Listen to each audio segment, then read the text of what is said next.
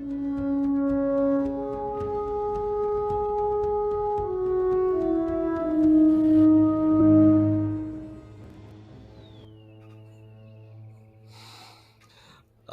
boy.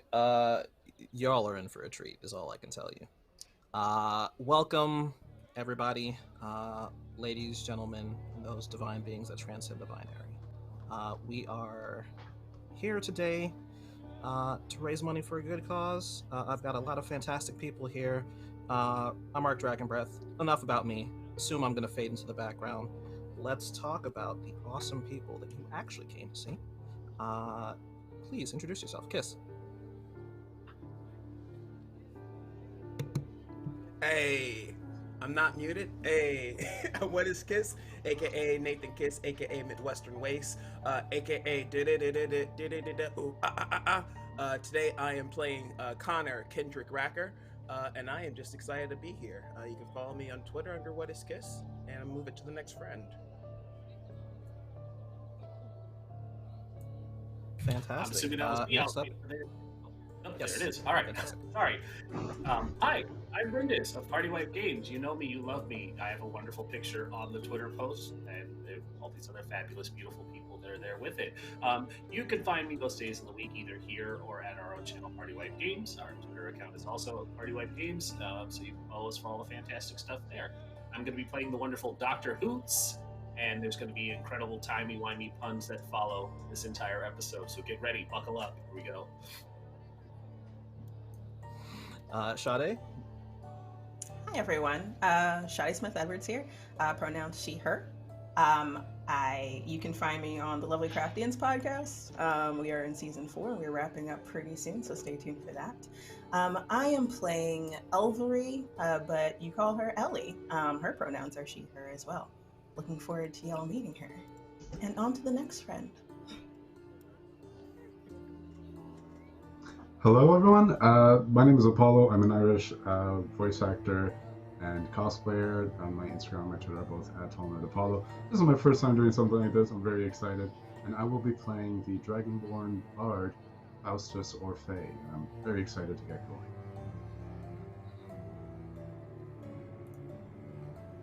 All right. Fantastic. Let us begin, shall we?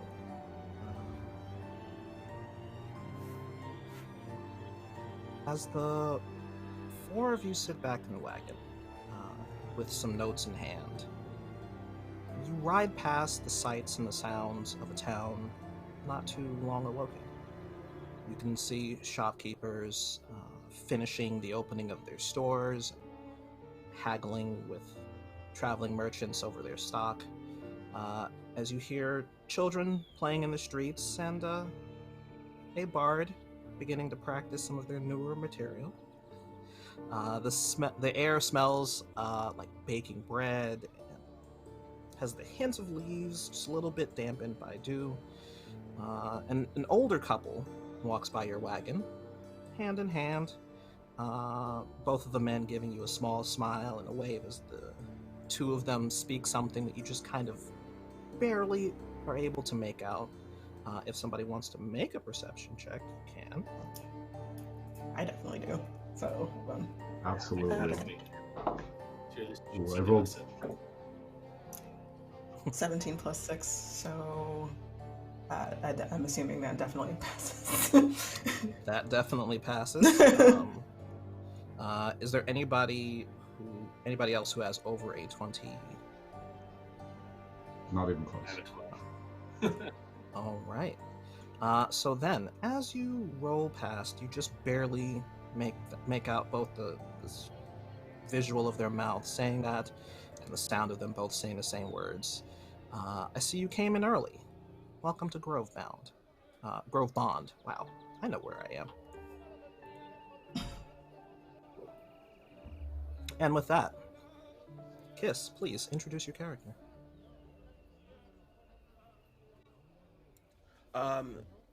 Looking around, but also completely unaware of his surroundings, you see Connor Kendrick Racker, who is wearing a pair of shades. They have a cap to keep some sun out of their face. They have a little bit of a little bit of lotion, like right on the tip of their nose, just in case any additional rays get in there. They seem to be very concerned about protection and staying out of the sun. Uh, they're a pretty big dude, about 6'4". Uh, they have a huge smile on their face, but not much lips. Uh, Wonderful. Uh, the set of you, as you're riding, are pondering over the discussion that you had early in the evening before, when you had arrived and been kind of hastily half escorted, half dragged almost into the mayor's home. The mayor and her wife gave you a veritable bounty of food and drink. They were very, very eager, almost too eager it seemed, to make friends with you all and to just get your cooperation. The reason why became very soon apparent, because it seemed like there was a problem that only the four of you could solve. Rendis, introduce your character. Dr. Hoots is a rather small owlin. He's the appearance would be close to a barn owl, so a very rounded face with a sharp beak-like features, small little beady eyes.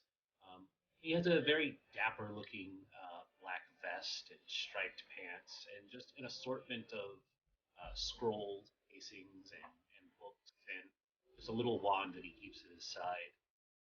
But he's a small little fellow, but very curious. He's eager to help. That's a very good thing, and very much in the spirit of this town that you find yourselves in, Grove. Um, Grishtar Manor was, no, it still is, a beacon on the hill for the ever-growing town of Grove. The long line of adventurers living in the manor have provided safety and protection for generations.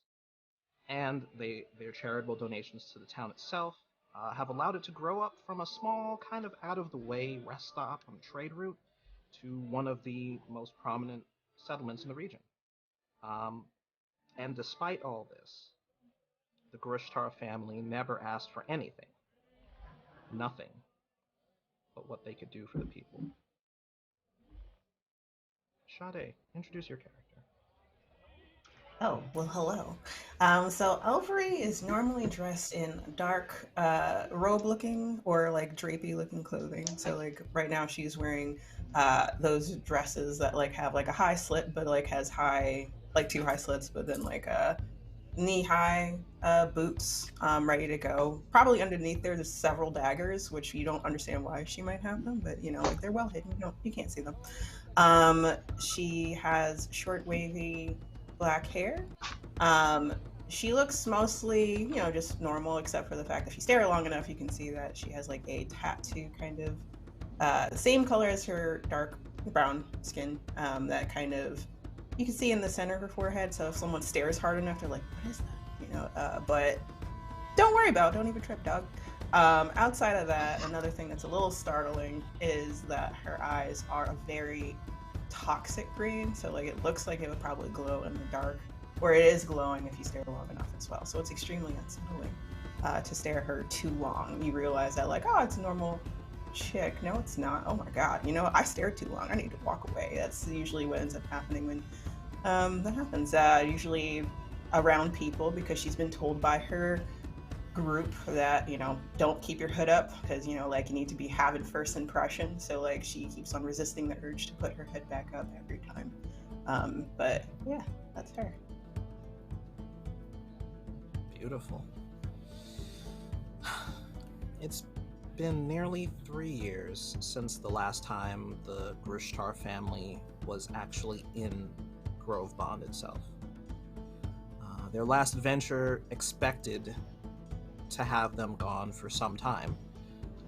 They had a long distance that they had to travel, and as is their custom, would let people know so they could be prepared to protect themselves. But they've never been gone this long. News of their departure has eventually spread, but the precautions that they took, fortifying the town's walls, training defenders, and making sure that they were armed, leaving some additional money should the people of the town need it, all of these things were done before they left. And yet, a town come to be reliant on their defenders still feels as though their future hangs in the balance. Apollo, introduce your character. Absolutely. Faustus is sitting at the back of the wagon, dressed in nice little clothes. He's a dragonborn. He's a red dragonborn, and usually dragonborns are, big, beefy. They're usually pretty much tanks. They're dragons. Faustus is a little scrawny nerd of a guy, so he is sitting down, tuning his violin, and furiously trying to listen to these singers in the street and trying to transcribe what they're singing as he's hearing it. And he's doing a very bad job at it. But, it's music, and no matter what you're doing with music, as long as you're doing something, you're doing good. So he's happy at it. Very, very well put. Thank you. As the small wagon, just barely big enough to fit the four of you, clatters up the road and up the hill towards the manor. Is there anything that you all are talking about? Any questions you wanted to ask each other, or conversations that you wanted to have? I think I'd like to turn to the group and just say, hey, everyone here seems very happy. I don't get the feeling that anything is wrong. I would have to agree Seems with like you on that one. Seems like a perfectly lovely town. Not sure why everybody's so worried. Yeah. It's a bit dirty, but yeah, you're right. They seem pretty satisfied in their filth. Yeah. What? Yeah. I was suspicious of it, like... What do you mean, the filth? What? Where? There, and just kind of points to just a group of people. Look at them, just like touching and just going about so close to each other. Yeah, so peasant-like. Are you referring to that group of people as the filth, or them touching each other as filth? Yeah, what are the... No, But we them don't. touching the filth, and also their clothes. They're people. They're living. I observed that, but they're just doing it nastily. Ew. Nastily. Big block letters in the notebook. Nastily. Right. And then Ellie slowly shifts over and then tries to touch to see what the reaction is. If she's filthy in response. Is it because they don't wash those spindly bits that extend from their palms, the word you call them? Phalanges. Phalanges, Hands? yes. Phalanges, yeah. Oh, the little Fingers. stubby end. Fingers, yes, that. Is it because they don't wash the fingers? You gotta wash the fingers, guys. You gotta wash the fingers. But never your legs, says Connor Kendrick Racker. I beg to differ on that one, but okay. It's fine. And those who can hear the conversation kind of raise their eyebrows a bit, but nonetheless seem mostly prepared to go about the rest of their day. And as the cart makes that final pull up the hill and through the dual walls passing through both an inner and then an outer gate. The four of you take in the sights and the spectacle that is Grushtar Manor. There are a half dozen people who await your presence once the cart comes to a stop. You can see that there is a... Here we go. There is a female gnome with her hair up in a bun, wearing an apron. There's another female dwarf, dark skin and black hair. Looks a lot like the gnome. Besides the size differential between them, they look like they could be sisters. You see that there is a tan-skinned human male who kind of rolls to a stop in his wheelchair and gives a small wave, adjusting the blanket that he has on his lap. You then see that there is a tall black dragonborn who seems to be armed, wearing leather armor, and has a short sword by their side. There's also two twin half-orcs, both of them female, who have their hair locked and dreaded in the same sort of pattern, except one has it kind of leaning off to the left side, and one has it leaning off to the right side. And the two half-orc women come to the cart and extend hands to take luggage and help people out of the cart and whatever you might need. Awfully nice of you. Thank you. Thank you so much. Charmed. Of course. Fantastic. Once the four of you have made it your way out of the cart and all of your belongings have come with you, you can see that the Dragonborn walks over and hands a few silver pieces to the driver, who gives them a nod and just with a turns the cart around slowly and makes their way back down the path that they came from. All right. Well, suppose you'll be needing to tour around the grounds then, huh? And you can see that the human in the wheelchair kind of rolls towards you all and gives you a nod. My name's Barrett. I am the head of house while the masters are away. Is there anything that I can do for you first? Did you get a chance to eat before you came? Anything like that? We have a few rooms set up for you. We didn't know how many of you there would be, so you have your pick of rooms on the west side of the house. The feeling most tired. quiet room that you could think of, the better for me. All right. Maybe further from the kitchen then, because there'll be a little bit of clattering around in there. I would not mind being close to the kitchen. Okay. Well, there is a room directly across. No peeking.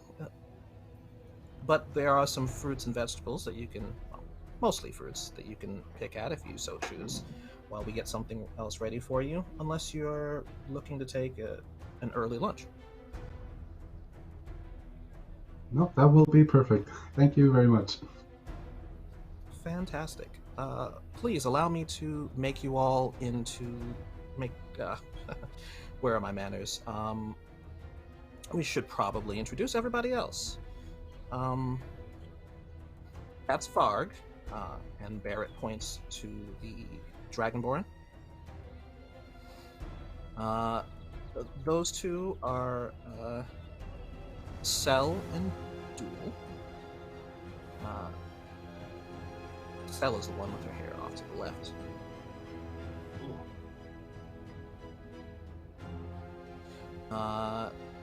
This right here is Amoretta. And he gestures to the gnome.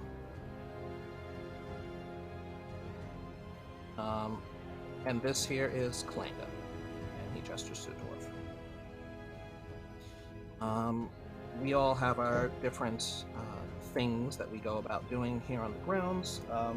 Some of it kind of needs to be done throughout the day. So, you know, if you all need anything at all, you can always talk to me.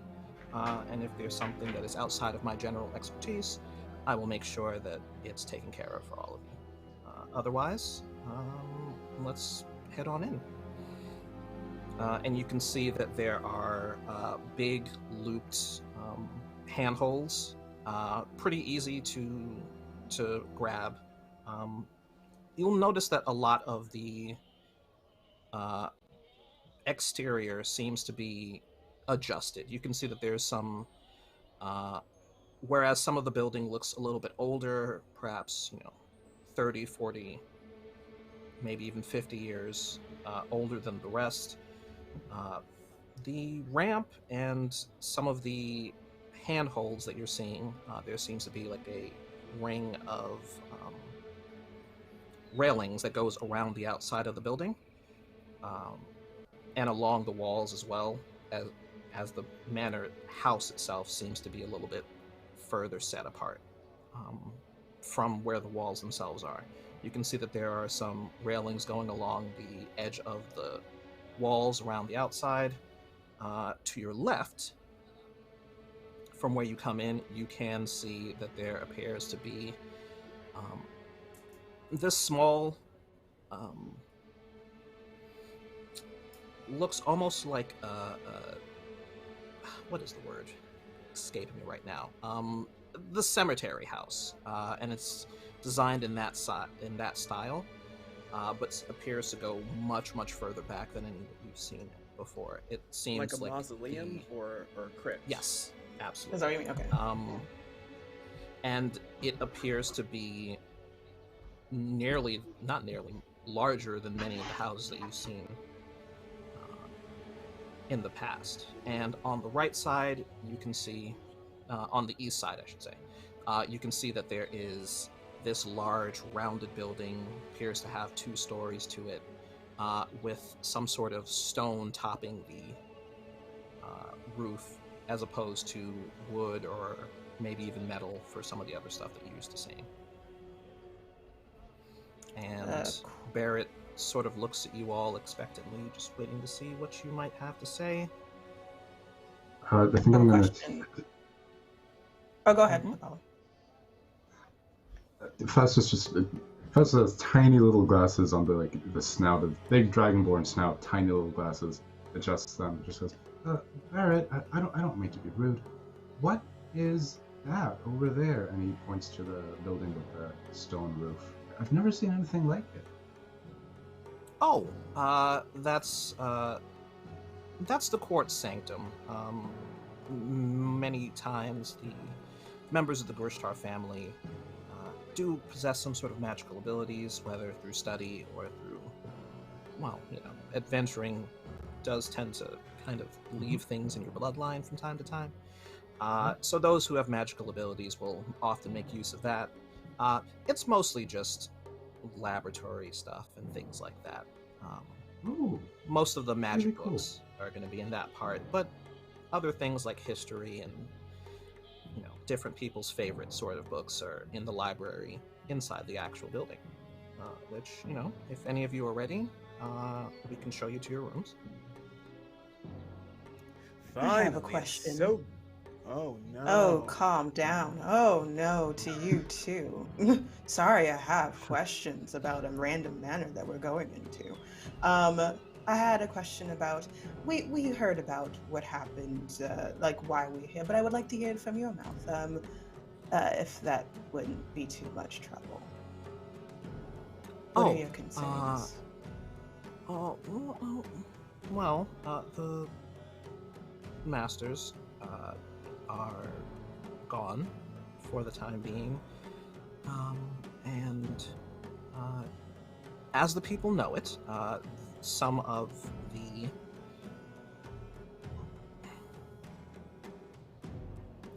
some of the things here are operating differently than they would otherwise because the masters are not here to keep an eye on things.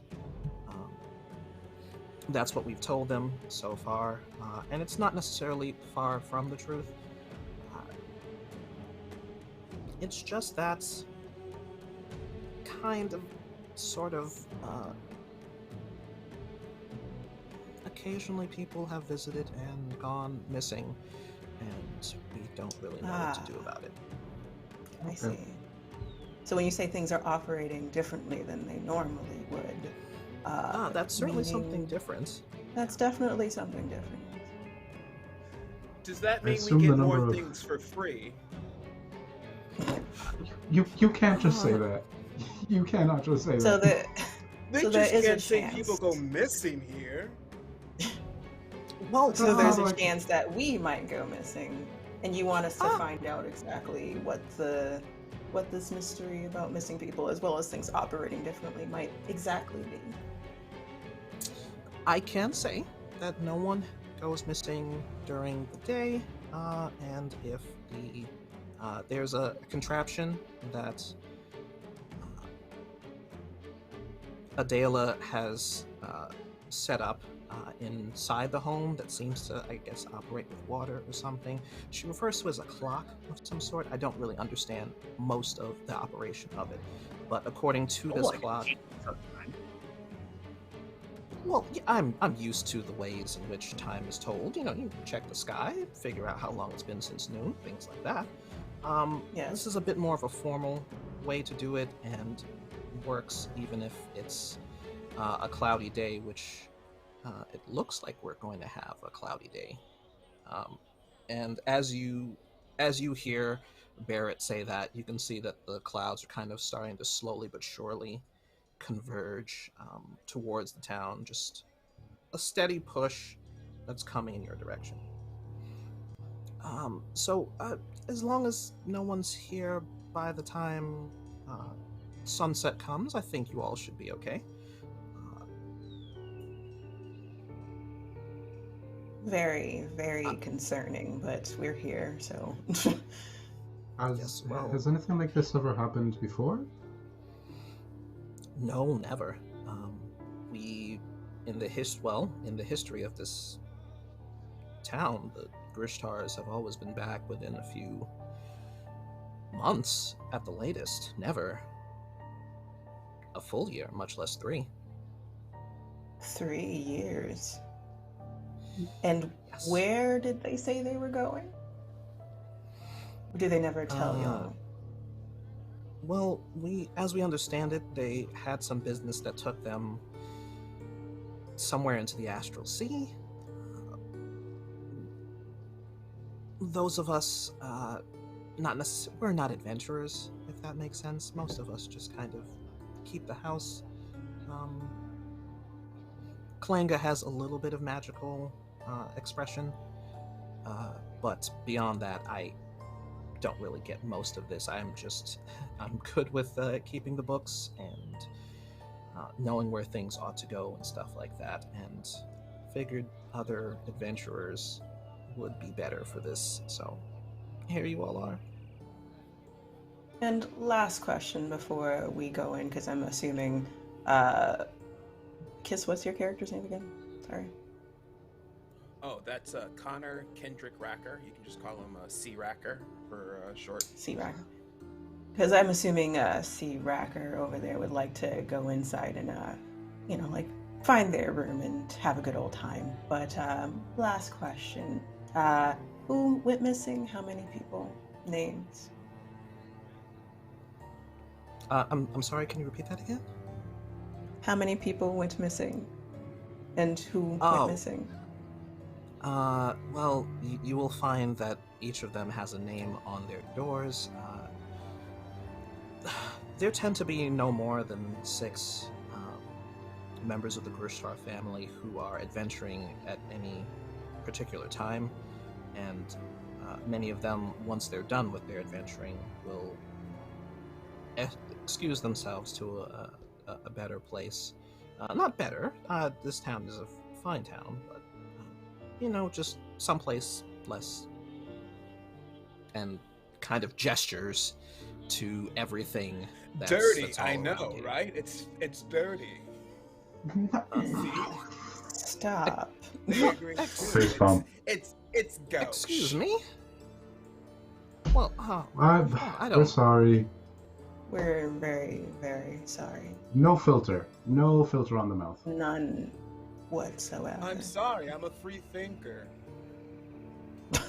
Quite outspoken. Yes. All right. Well, So they went. So these are the people that went missing. The adventures, the Ishtar. yes. The Grishtar family. Right now, there's Endelin, Hiromare, Lothradel, Ore, Adela, and Valgrin. 6. The 6 of them. Their rooms are upstairs. I am not entirely sure if you will be able to get into them. They keep their rooms locked when they're not around, and we don't have the keys naturally. So Varg tried to force it once and nearly dislocated his shoulder doing it. So I wouldn't recommend force, but if you have some other option, I encourage you to make use of it. Whatever will help us track down the Grushtars. Absolutely, yeah. Have any civilians gone missing as of yet?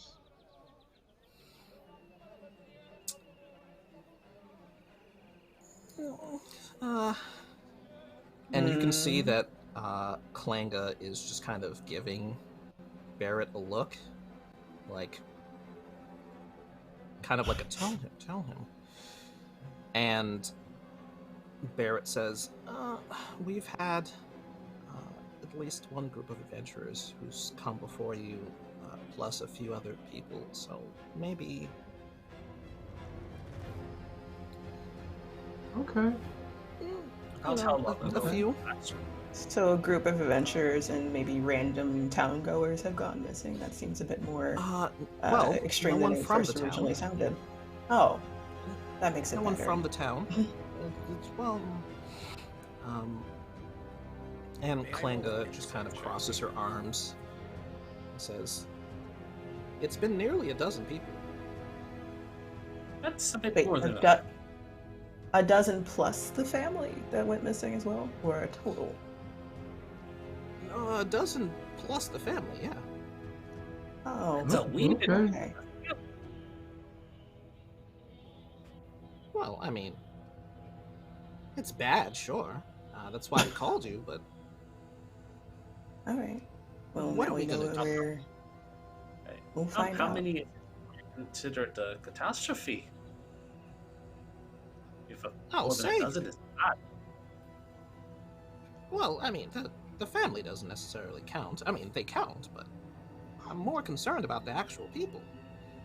I don't want this place to get... I mean, the Grushtar family has been known very well throughout this region for generations, nearly 100 years at this point. I would hate for anything to sully their good name, certainly while they're not here to defend it. So, And none of you have gone missing, clearly? Has any of the staff outside of you gone missing? well, the staff is just us. The grounds aren't that big, and all 6 of us have been working here. They Do you took not stay at great night? care to make sure. Oh well, we sleep in our rooms, but I mean, Okay. Thank you very much for answering all our questions. We appreciate it. of course. Pleasure. Yeah, there's something going on. Something's not right.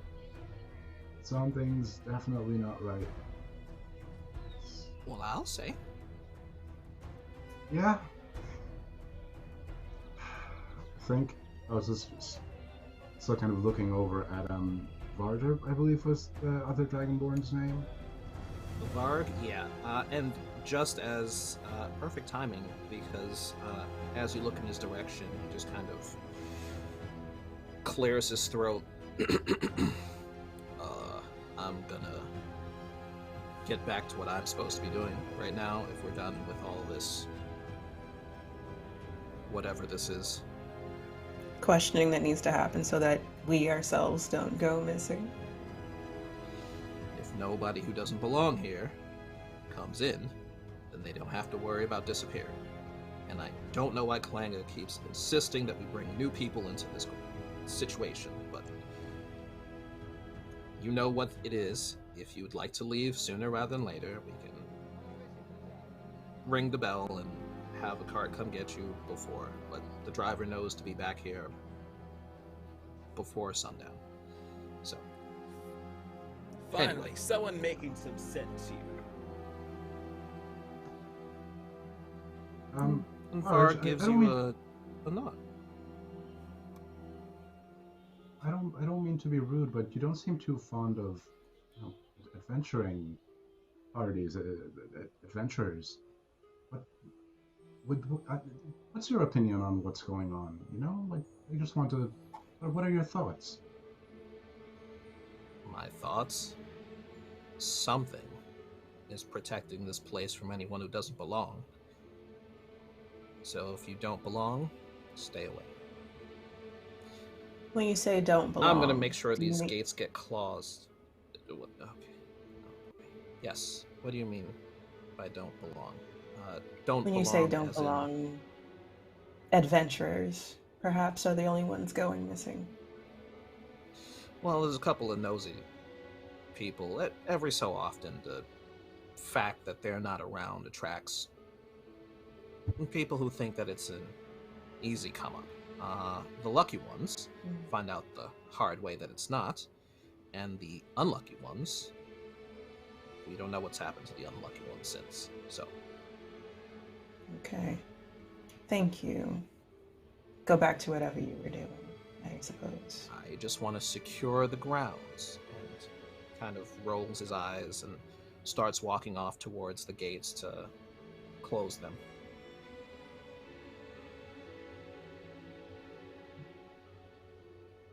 I think I turn Charming. towards the group. And I say, well, I think it would be better for us to go to our rooms, get ourselves situated, and then we can talk about this better soon. Sure. All right. One other thing, can you send the sweet roll to my room? That's all I require. Just something to get the nourishment up while I think about everything that just was talked about as well today.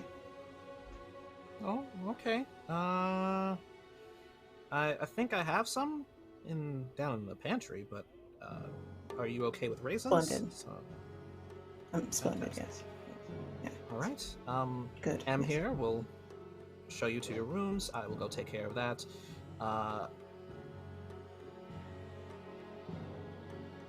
And we'll take care of the things that need to be done. And she gives a quick bow and opens the doors along with Barrett, who kind of rolls over and just pulls his door open as well. And you can see straight down into the Grishtar Manor.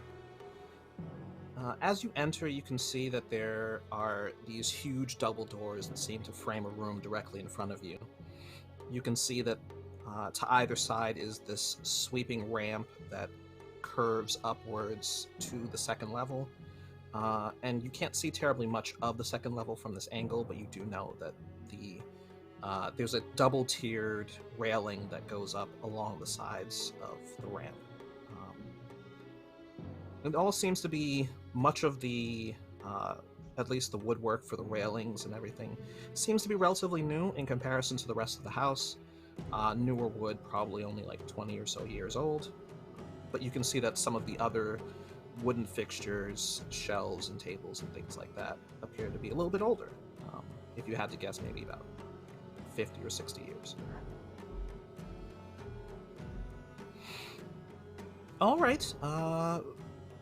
You can follow M. She'll take you that way, and M brings you to the left, and along what you can see is a long hallway. On the left side of the hallway, you can see a collection of 6 different doors, and you can see 3 doors on the right that seem to be pretty far spaced on the right side. And the gnome woman points to the left side and says, "Well, these are the rooms. You can take a look at whichever ones you want.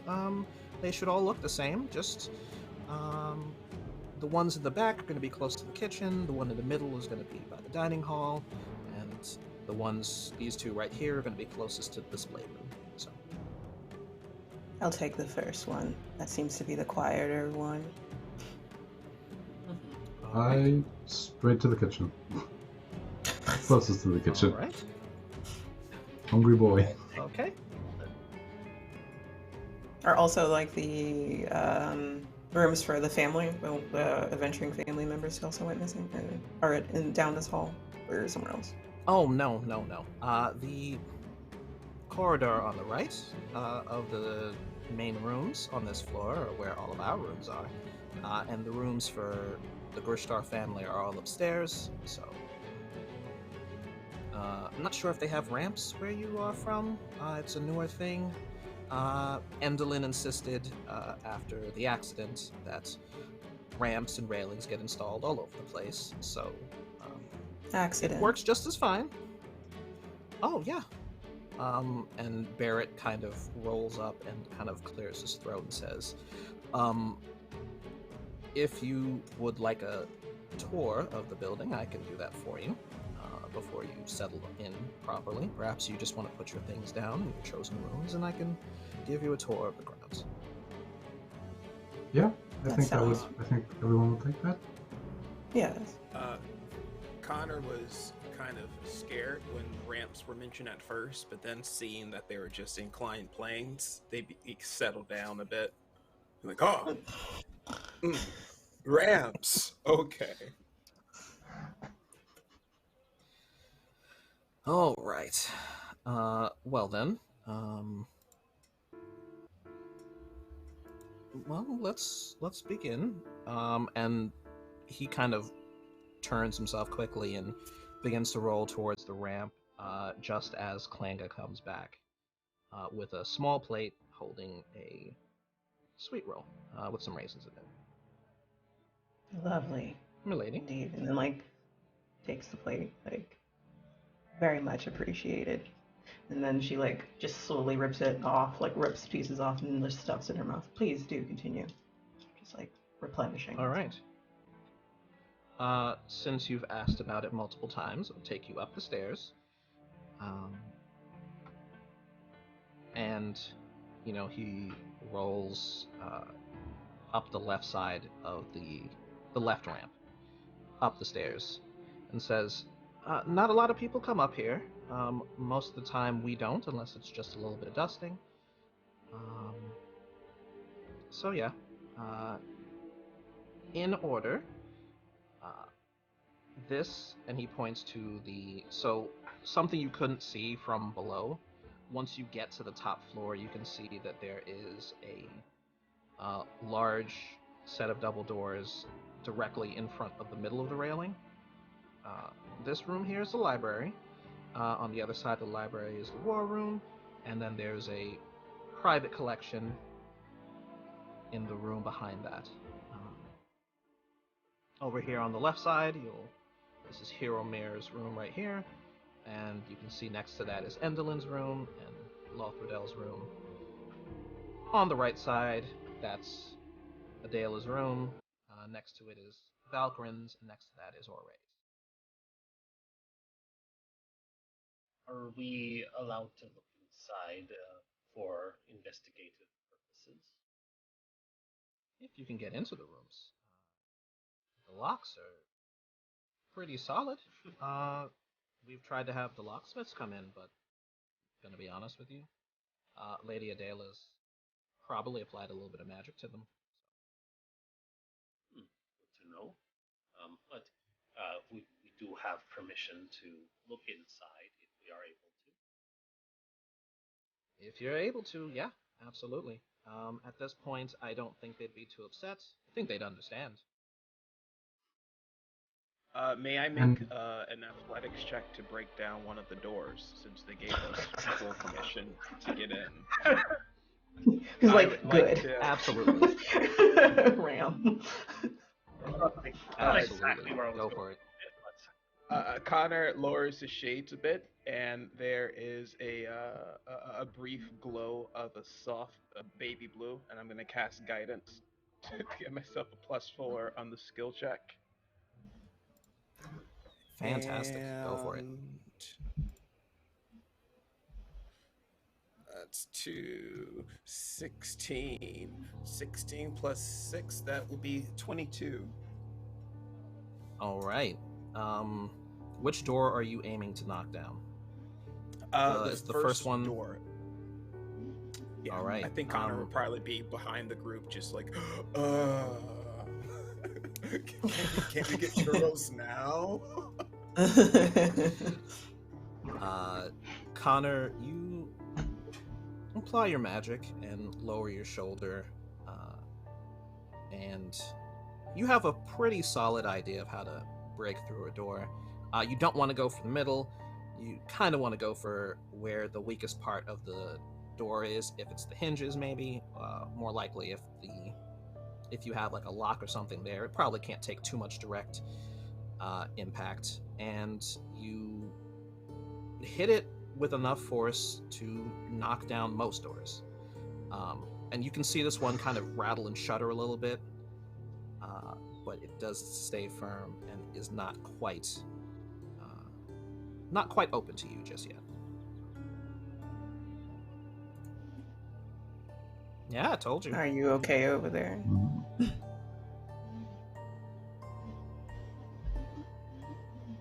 Are you okay? You're still alive. Are you muted? I can't hear you. Yeah. Oh, I was just. It's just like, how do I word that kind of hurt? Perhaps this needs more of a delicate. Oh, you okay though? Everything good. May I take a crack at it? I think it's By all means, sure. cursed. Good luck. Cursed Yeah, door. I It's think he's impossible. right. Dr. Boots is going to approach the door, and he's going to reach down to his little wand, and he's going to just kind of lean in close, inspect it, peep into like the keyhole if there is one. He's just going to bring the tip of the wand up close, and it's going to make a little whirring sound and flash green, and I'm going to cast Knock. Fantastic. Beautiful, beautiful spell. Remind us what knock does. Yeah. So the important part, I'm just going to jump ahead in the wording. If you choose a target that is held shut with arcane lock, because he mentioned that there might have been a magical means put on it, the spell is suppressed for 10 minutes, during which time the target can be opened or shut normally. When I cast the spell, a loud knock audible from 300 feet away emanates, so everybody knows that I cast it. But choose an object that you can see within range. The object can be a door, box, chest, set of manacles, padlock, or other objects. Target is held shut by mundane lock, or that is stuck or barred, becomes unlocked, unstuck, or unbarred. And if the object has multiple locks, only one of them is unlocked. So it just unlocks, and arcane lock can't stop it. It suppresses for 10 minutes. Fantastic. So you hear that loud crack, and you can kind of hear it echoing like down your hall and downstairs. And then you just see the door just squeak open, just ever so slightly. I did. Wonderfully done. Polite little clap at the back. All right. Well, let's see what's in here. I'm assuming somebody goes in. Dr. Hoots is waddling. Connor goes in first. Oh, by all means. All right. So Connor, as you walk in, you're the first to see that the room has been a little bit dusty. It's been a few years since the last time anybody was in here, but otherwise appears to be in pretty good shape. There's a stack of papers on a pretty wide desk. Against one of the walls, there's a large, like, California king size poster bed with like the full fixins. So it's got like the curtains and everything around it. The bed itself appears to be very well made. Looks very tight and crisp, even in the corners.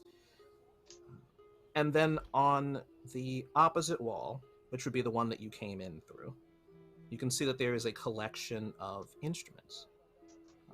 There's lutes and viols, trumpets and drums, and perhaps a couple of instruments you're not even familiar with. Some sort of metal drum, it looks like, that has a few rounded rubber tips. Yeah. The second Faust. What? Faust peeks his head in, sees all the instruments, runs in. Mm-hmm. Faust, actually, do me a favor. Roll me a history check. I will do DC that. is 15. Okay. +3 to this. 16 on the die. So it's like 19. Fantastic. While you're not used to seeing or hearing about any of them this far north, you do know that the metal drum is actually called a steel pan. It's one that originates from a set of southern islands. Makes a pretty interesting sonorous sort of sound. Faust just goes, ooh, and then just kind of winces a bit at the sound of it. Actually, like, oh, I should not have done that right next to my ear. Okay, this is really cool though.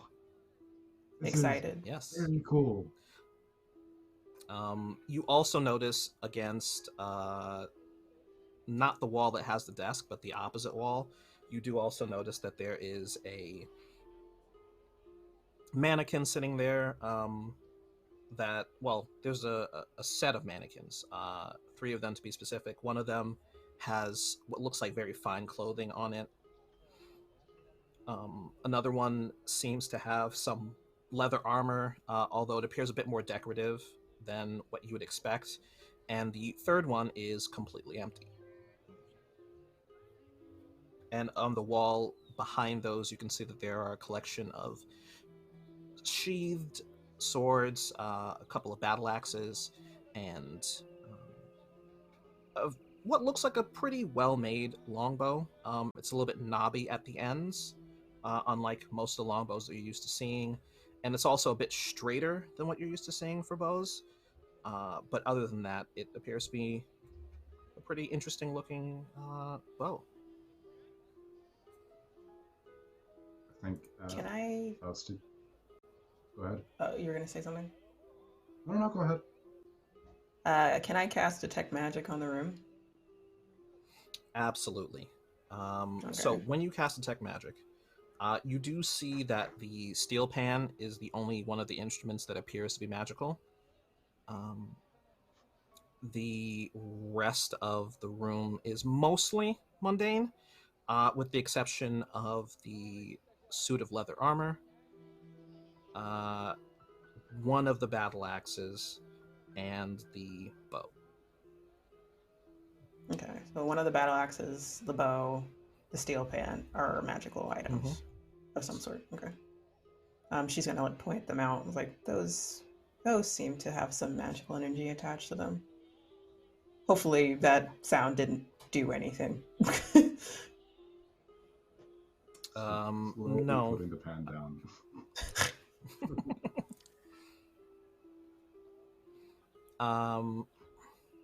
You rolled a 19, correct? For your knowledge of what the instrument was? Yep. Now, as you start to put it back, you are aware that there is a special type of instrument used by a lot of different bards. And these instruments can often call upon some additional fantastic powers.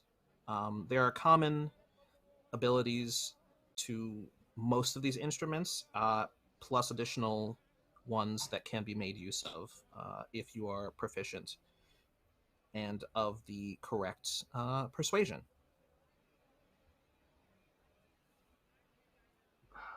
I would like to do a persuasion check on these instruments.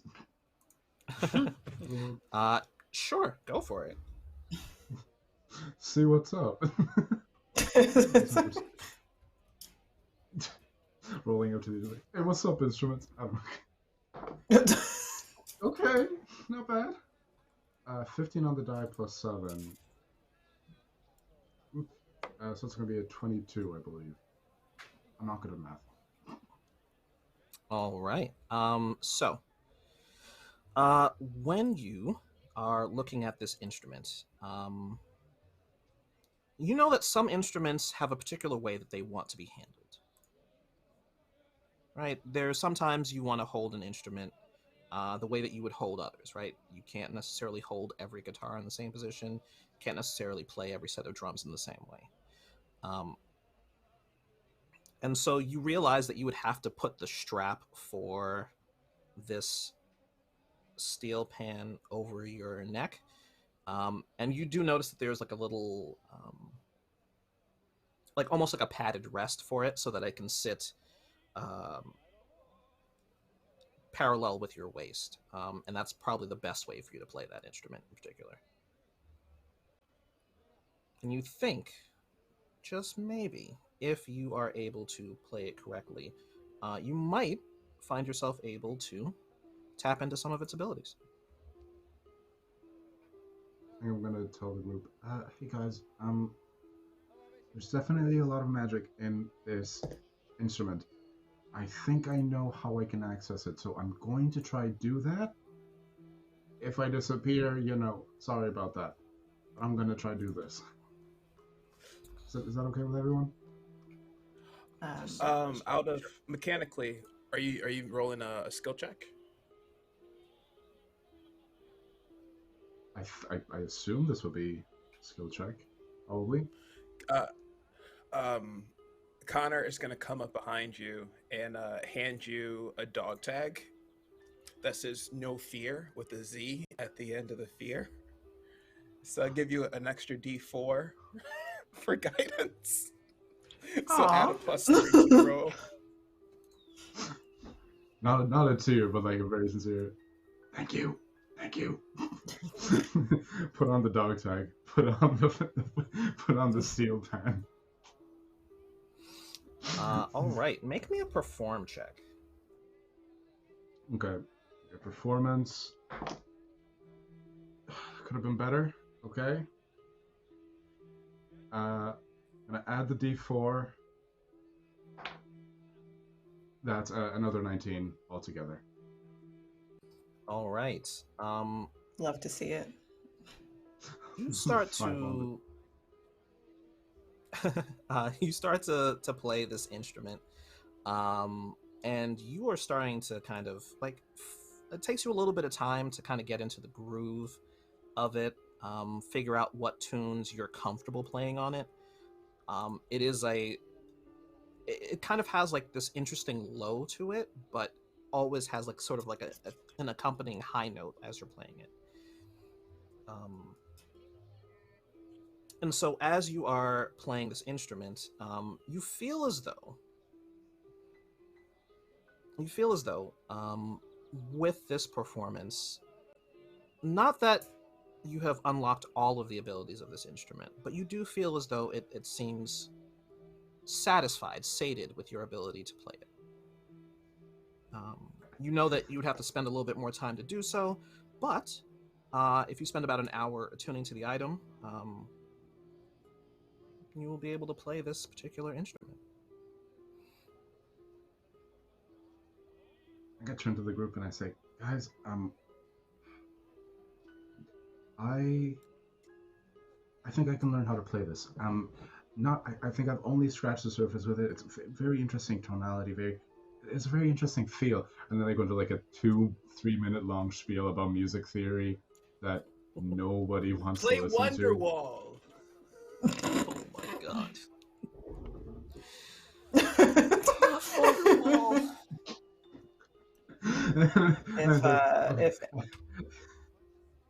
If anyone can, it's you. You don't have to go into detail about your music theory stuff. That's not my expertise. But I know you can play most things that you try to play. Connor hands Sorry, you another dog tag that says Champagne Casanova in case you want to your wall. I'll play one for Oh boy. I'll play it for you later if you would like. But I think now we You could said maybe... that last time, but then you just said maybe. I mean it this time though. So you do see, oh boy, Wonderwall. You do see that Barrett kind of slowly rolls his way into the room and looks around and says, I don't see anything in here. It seems to be more or less the way I've seen it whenever Master Hero is in here. Only a tad disappointing. I was expecting something more sinister. Can I actually roll can I roll like an investigate check to see if there's anything? The best way to put it, like if there was a sign of a struggle or a sign of cleanup anywhere. Absolutely. Go ahead and give me that. 8 plus... Was it investigate? 8 plus 5, so that is 13, I think, so... Okay. With a 13, you're not noticing any signs of a struggle. There is a kind of like a locker underneath the bed, and when you pull it out, you can see that it's got like spare clothing, like extra pairs of boots and things like that that are, have been cleaned and carefully put away.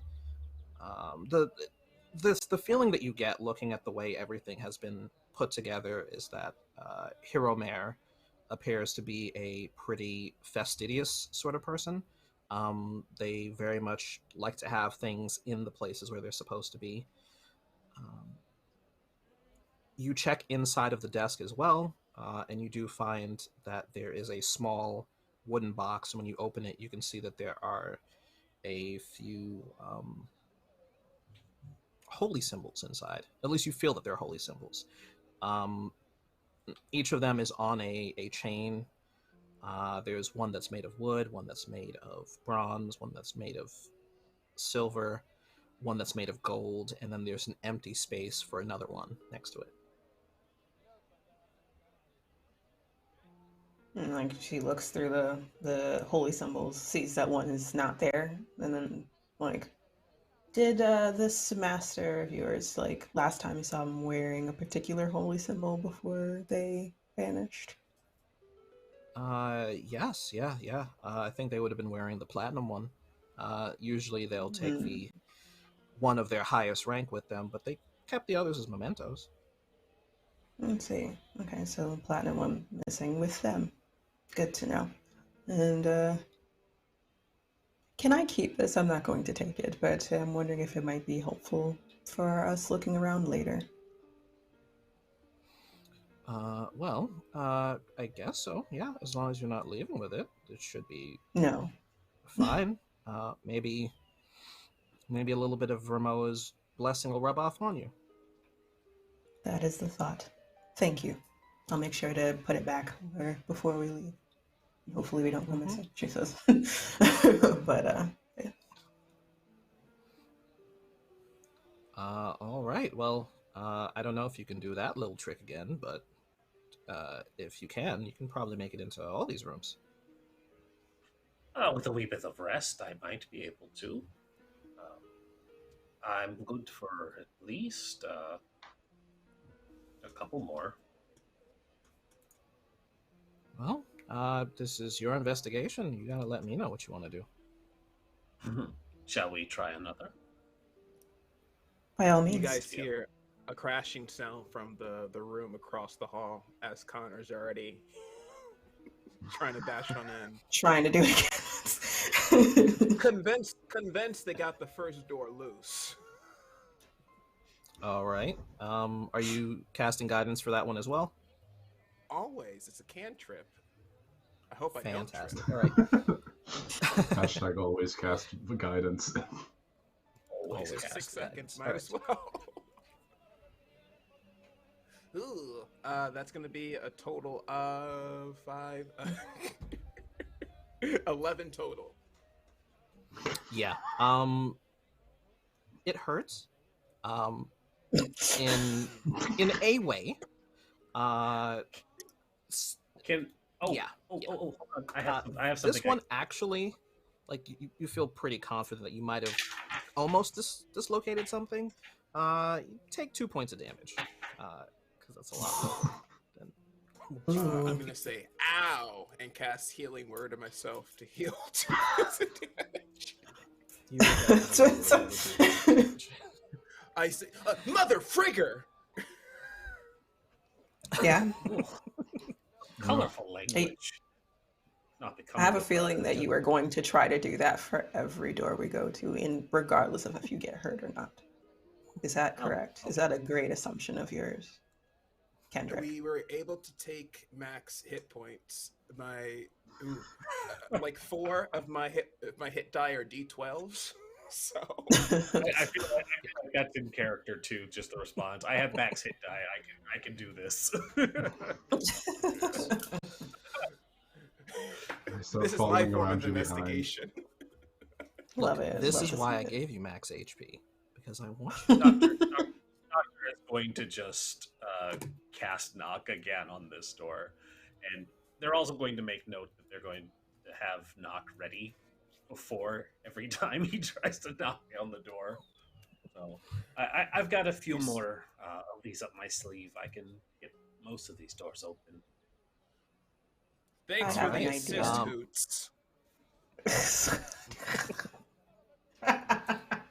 I love it. I have an idea. So Ellie is like, this could take forever, so why don't I try something? So she's going to cast, I think it's called like Ghostly Gaze. Is that what it is? Ghostly Gaze. I Okay. think it just happens. What does that do?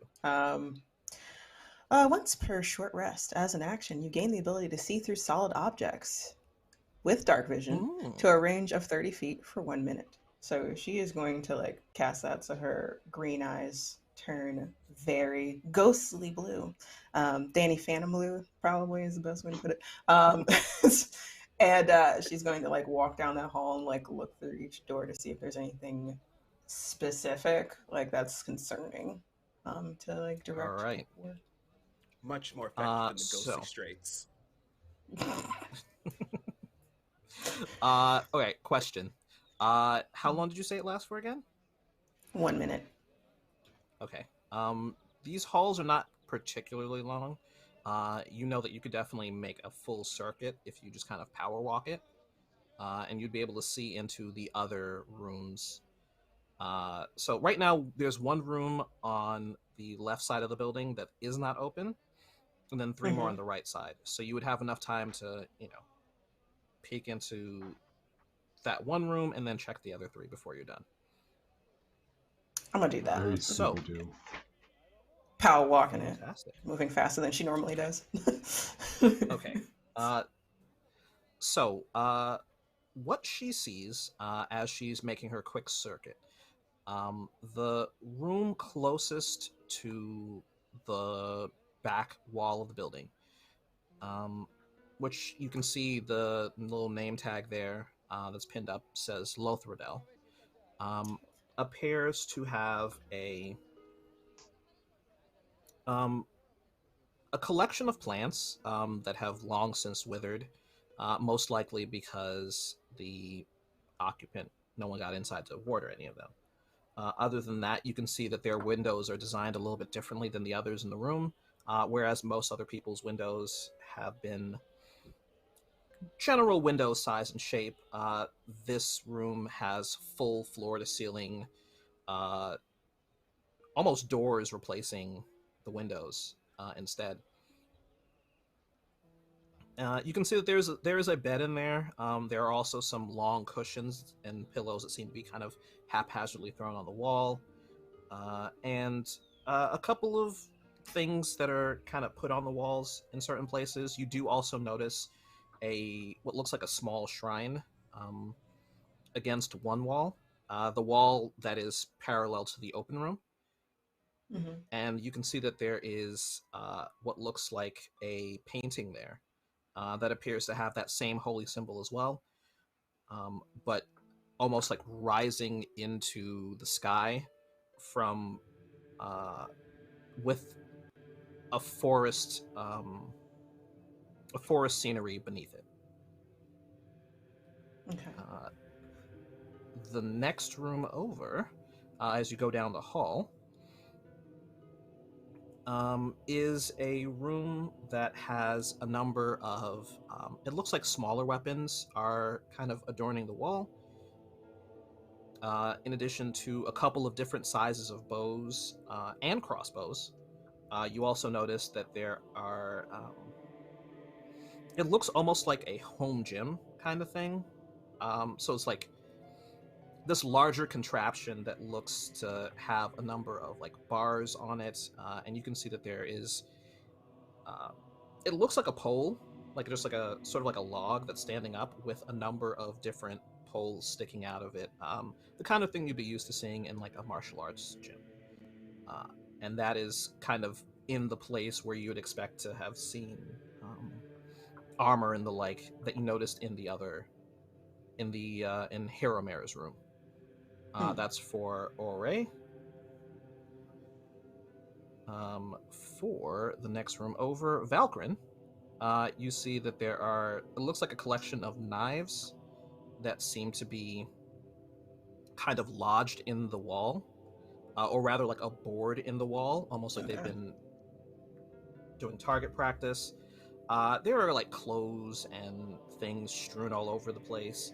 A couple of mugs that you, considering how long it's been, hope are empty, and at least one plate there that's got some crumbs that have fully dried up at this point.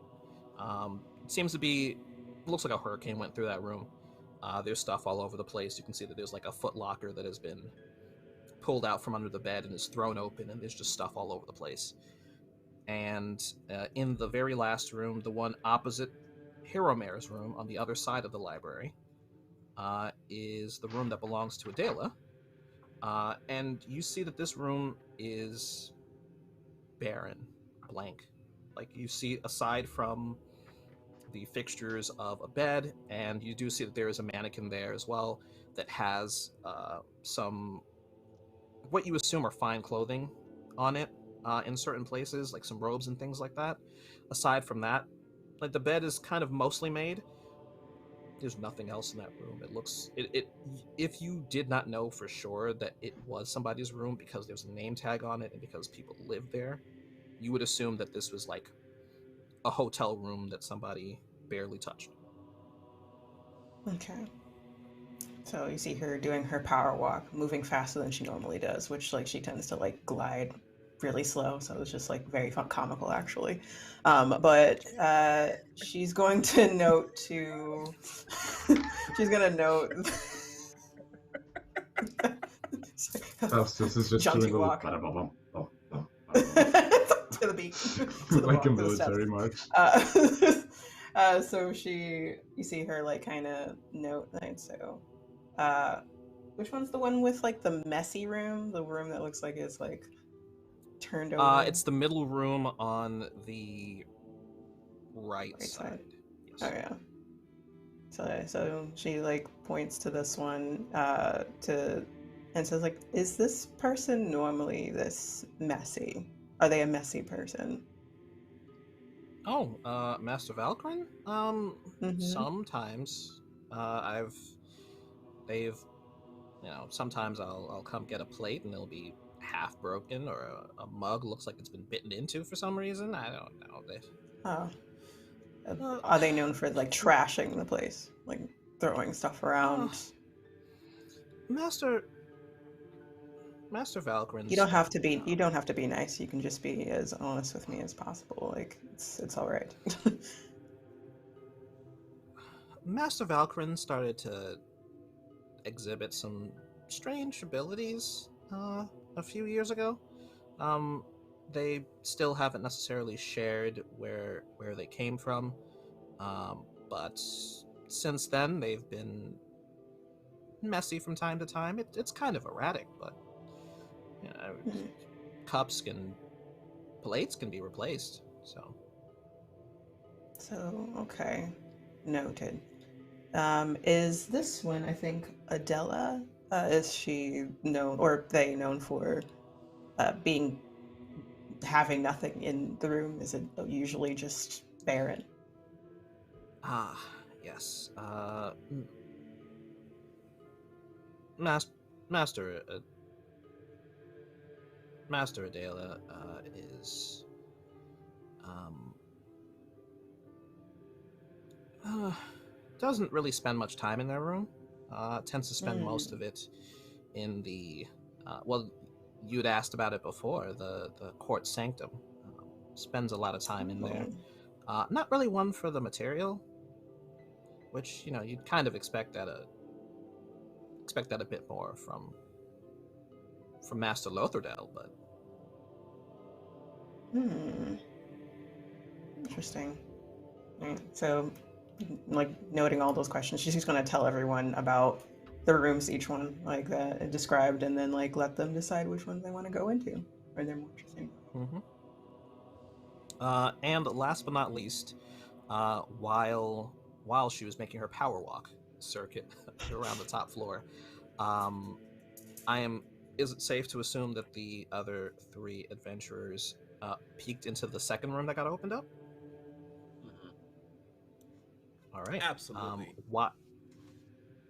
So while that was happening, the three of you were able to take a peek inside and look around. And that is the room that belongs to Endelin. And this room doesn't necessarily... This room is clearly the room of a soldier. This is the room of somebody who kind of dedicates their entire life to combat and training, and things of that nature. You see that, much like many of the other rooms, there are little mannequins where some of their more formal clothing and some of their like traditional equipment has come to rest. But most of the rest of the room, like, you can see that there's a space where like they're like, one of the first things you notice is that their bed has been kind of pulled away from one of the walls. So the wall that is their bed is closer to the wall that is parallel to Hiromere's room. And you can see that in this room that space has been made so that there's what looks like a very, very large, like, just log is in the room. And you can see that this log has cuts and punctures and dented sections all over. There's like a ring of just like bark and splintered wood that just kind of around it, and you can see that it looks almost like it's been kind of kicked into place by somebody's foot, so that it's not all over the room. And then on the wall against there, it looks like it belongs to like an army. Like, at least 2 versions of every weapon that you've seen, and like 3 or 4 that you haven't, are placed on the wall strategically, maximizing the space. There are bows, there are swords, there are spears, there are nunchucks, darts, daggers, you name it, there's one of them there. Look at this bazooka! And there's this like strange tube that that looks like almost like it's got a basin in there, and you can see... Kiss, make me a history check. I would love to. Let's do it. That is okay. That is a 15 with a negative 1 modifier. 15. You say the name bazooka because you've heard it in passing to describe what looks like a personalized cannon. And you can see there's a long strap over it, and this is like a heavy object. And you can see that there is hanging. The bazooka is one of the few items that's heavy enough that it's not on the wall itself, and is instead, it has a very specific place, like on a little, kind of similar to like a footrest, but it's sitting on that against the wall. And there's like this little pouch, and you can see kind of haphazardly shoved into the pouch are these like maybe fist-sized cannonballs, along with what looks like packs of some sort of powder. And you know that it's the same way that you would do for a cannon. You load a cannonball and some powder in there, and you point it at somebody, except this one seems to be designed to actually be carried around by another person. Oh, just look over that bazooka on that bazooka ottoman. Bazooka ottoman? Yeah, it's like a luxury. A foot. Yeah. It's quite amazing, actually. Look at this baby. It just kind of holds it up to its face. Yeah, this is a nice bazooka. Oh, sorry. I learned it from my friend Joe. Yes, his name was Hand Cannon Joseph. We called him.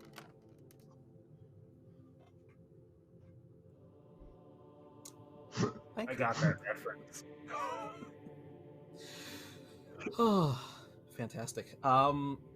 You can see that the also the Foot Locker. I keep calling it. It's like it's basically like a giant like low chest is what I've been talking about when I say Foot Locker.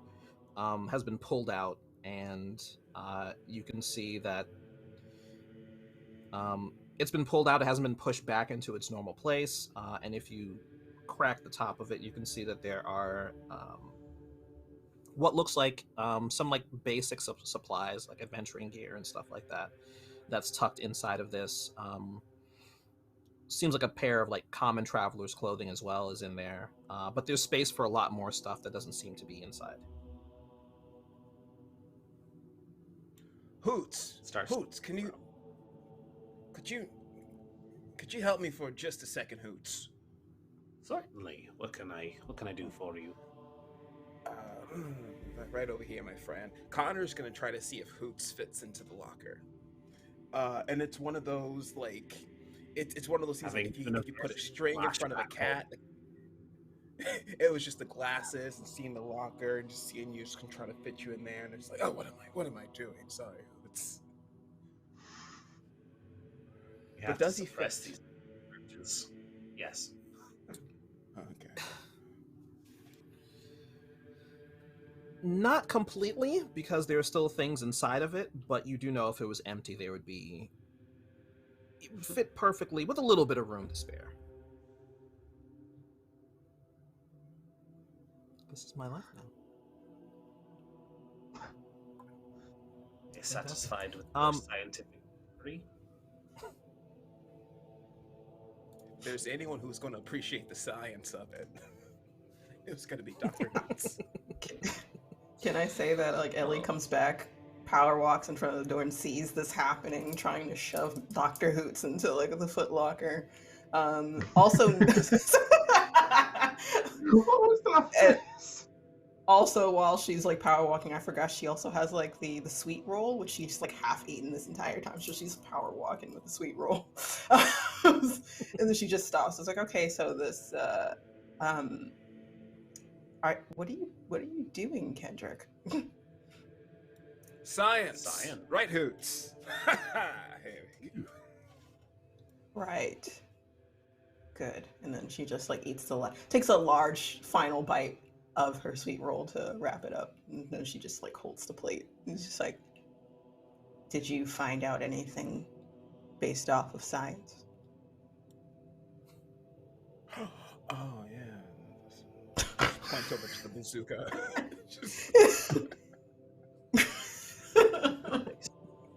That counts. Got a intelligence -1, charisma -1. Alignment pending. Alignment. Alignment Nice. pending. Fantastic. Wonderful. Oh, Oh boy. I'm looking, taking a quick peek there. You all are doing a fantastic job so far. Thank you for everybody who's donated so far. Feel free to keep it coming. You know how we do over here. Big preach. Thank you very, very much. Thank you. Barrett rolls over and extends a hand to take the plate from you. Oh, thank you very much. I very much appreciate that. Sure, no problem. I hope you liked it. Impeccable. Fantastic. I will tell Klanga that you appreciated it. Well, do you all... Did you find anything? I found a really cool instrument, and I am sorry to everybody here, but I will spend the entire night working on this. Would not expect anything less. All right. I know that one doesn't get played too much, but you're welcome to play it, I guess, as long as you don't take it from the house. And it's still daytime, correct? Yes, it's been maybe, with all the walking around and looking and stuff, it's been maybe a half hour at this point. So, this is important since time is a factor for you all. By the time you made your way up the hill, it was about noon, so you have 6 hours before when the sunset should come. So you've only spent about a half hour moving around so far. Connor is going to retire until sundown because that seems to be when most of the fun stuff starts happening, according to the mysterious kidnappings and disappearances. So Connor's going to retire, maybe do a quick tea time, and yeah, that's what they're going to be up to. All right. Is there anything that other people would like to do during that time? I think I'm going to do what I said I was going to do.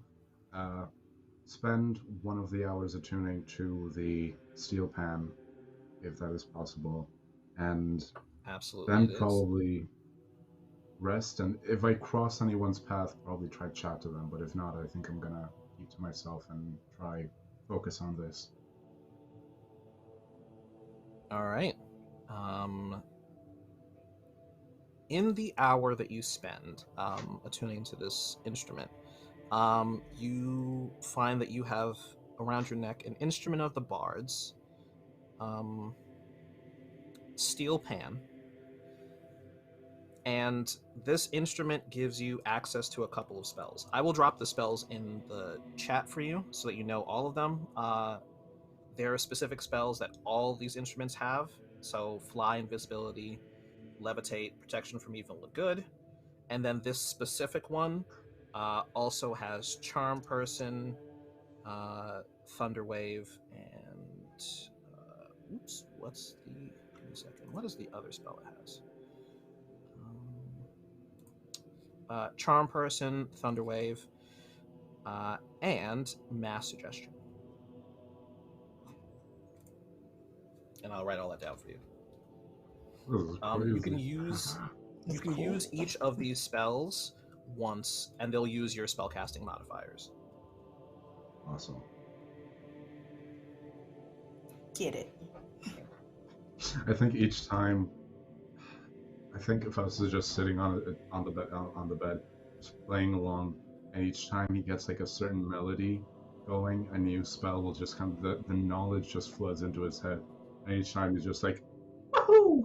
I just hear a very loud woohoo, like music, shout, for the hour. Doom, doom, doom, doom. It doesn't sound like Oasis to me.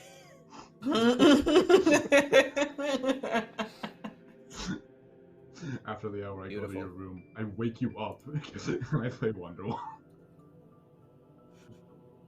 I can't.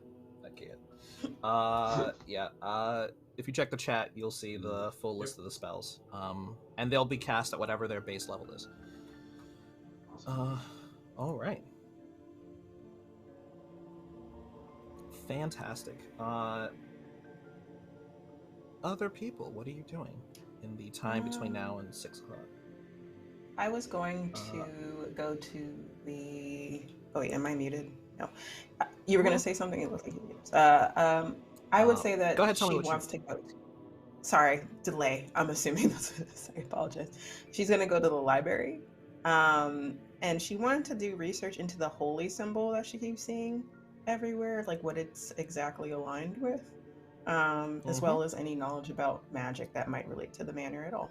So, like, that's what she's going to be spending the rest of her time doing. Yes. The other thing is, and she could have shared this with everybody else.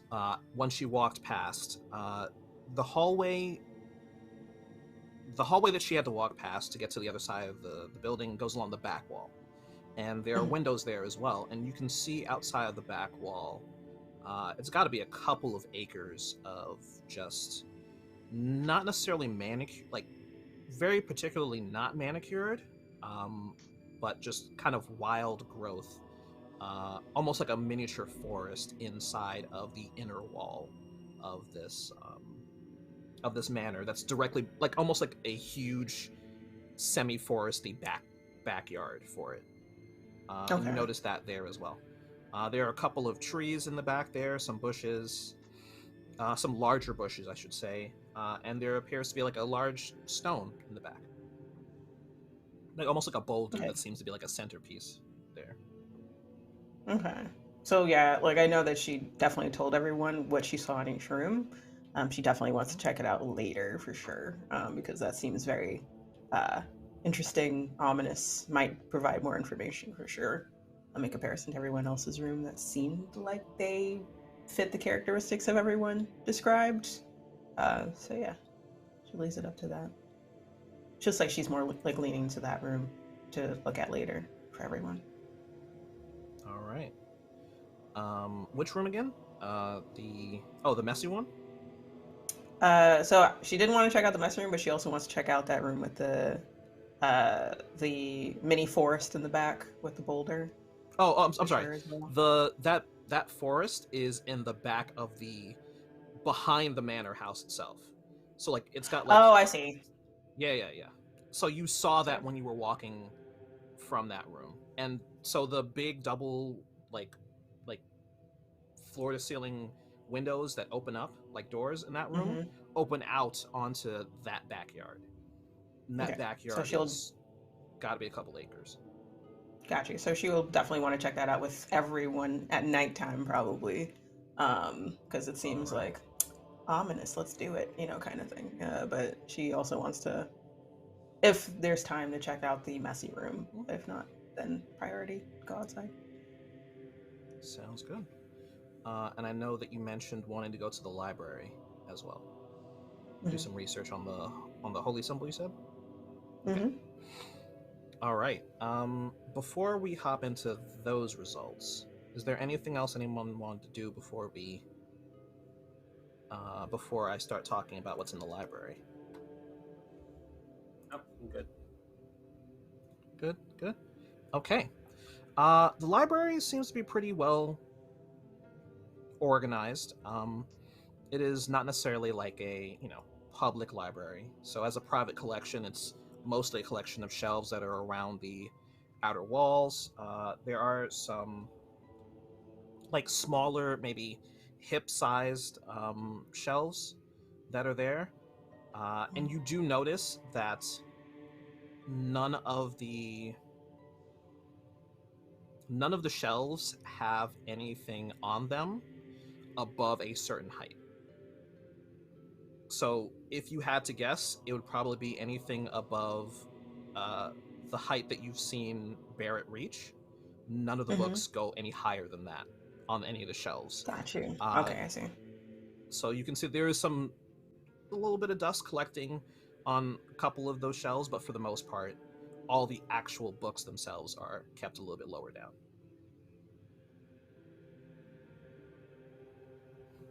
And in That's your very thoughtful. peeking, yeah, in your peeking around in your studies, I would say it probably only takes about a half hour to get the full details of this, since there is like a little book on one of the tables that kind of acts as like a guide to where everything is. Um, you do find that there are a couple of books on holy symbols, and then you also find one that has the specific name that you heard when they were talking about the holy symbol, which was Vrimoa. Vrimoa. Vrimoa, the the holy symbol seems to have been added to that book, that specific holy symbol. It appears to be a tree with like three sets of branches. So there's one sticking up straight in the middle, and two sticking out on the sides. And then you can see what looks like thorny vines that are crossing behind the tree in those open spaces between the branches. In the notes that you've seen, Vrimoa is a nature god, supposedly. Doesn't appear to be very well known as a nature god, but that is the description that you find in there. And some more of the details that you read about it seem like it's almost like a personal family god that's worshipped. Supposedly, the two people who started the family, Namad and Nakhta Rushtar, had encountered it on their travels when they were still adventurers, and when they chose to retire, were kind of guided to this specific plot of land by Vrimoa. And the large boulder that you saw in the garden forest thing that they have going on back there is supposedly a shrine to Vrimoa as well.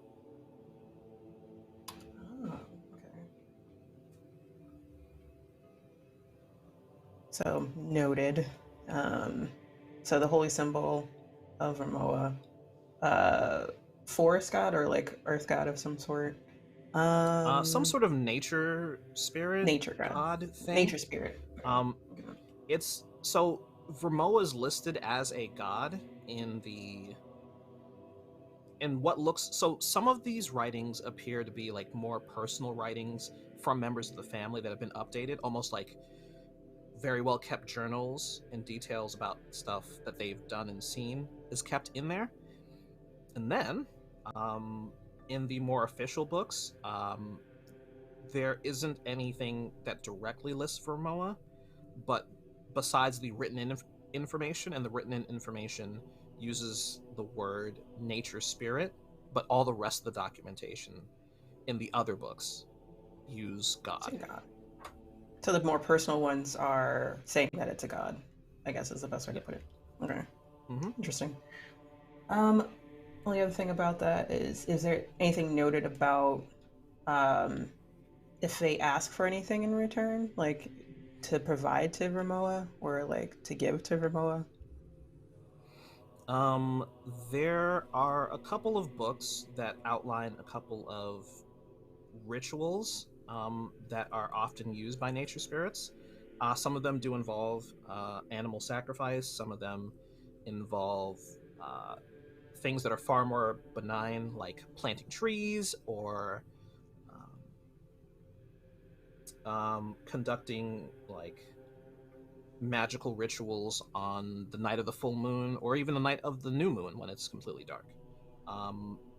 But nothing like, besides like, sacrifice like a rabbit or something, nothing appears to be any more like sinister or direct than that. Okay. The only other thing that she would note is she thinks about like the room with the dead plants in it, having to curious to like look into that. So she's gonna adjust going from the messy room to that room instead, knowing that information now. Okay. Other than that, carry on. Fantastic. After about the first hour or so, you do see that Barrett will kind of check in with you all and say, like, okay, so do we have any answers? Do we know anything? I'm curious about this Vermoa spirit god that it seems that your masters seem to align with, like the symbol that you have Oh, on this. Like, so it seems yes. curious, but nothing sinister so far or anything like that. No. Vermoa seems to be more of a, I guess, kind of like a tree wind spirit sort of thing. I'm not particularly religious, I guess you would say. Mm. Although, I do have great respect for their beliefs, and certainly I've seen the power of Romoa in action, but Oh, just you not have? quite my.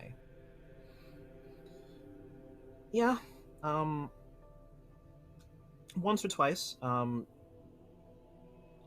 The masters do have some magical abilities, and in particular, um, look at me forgetting words.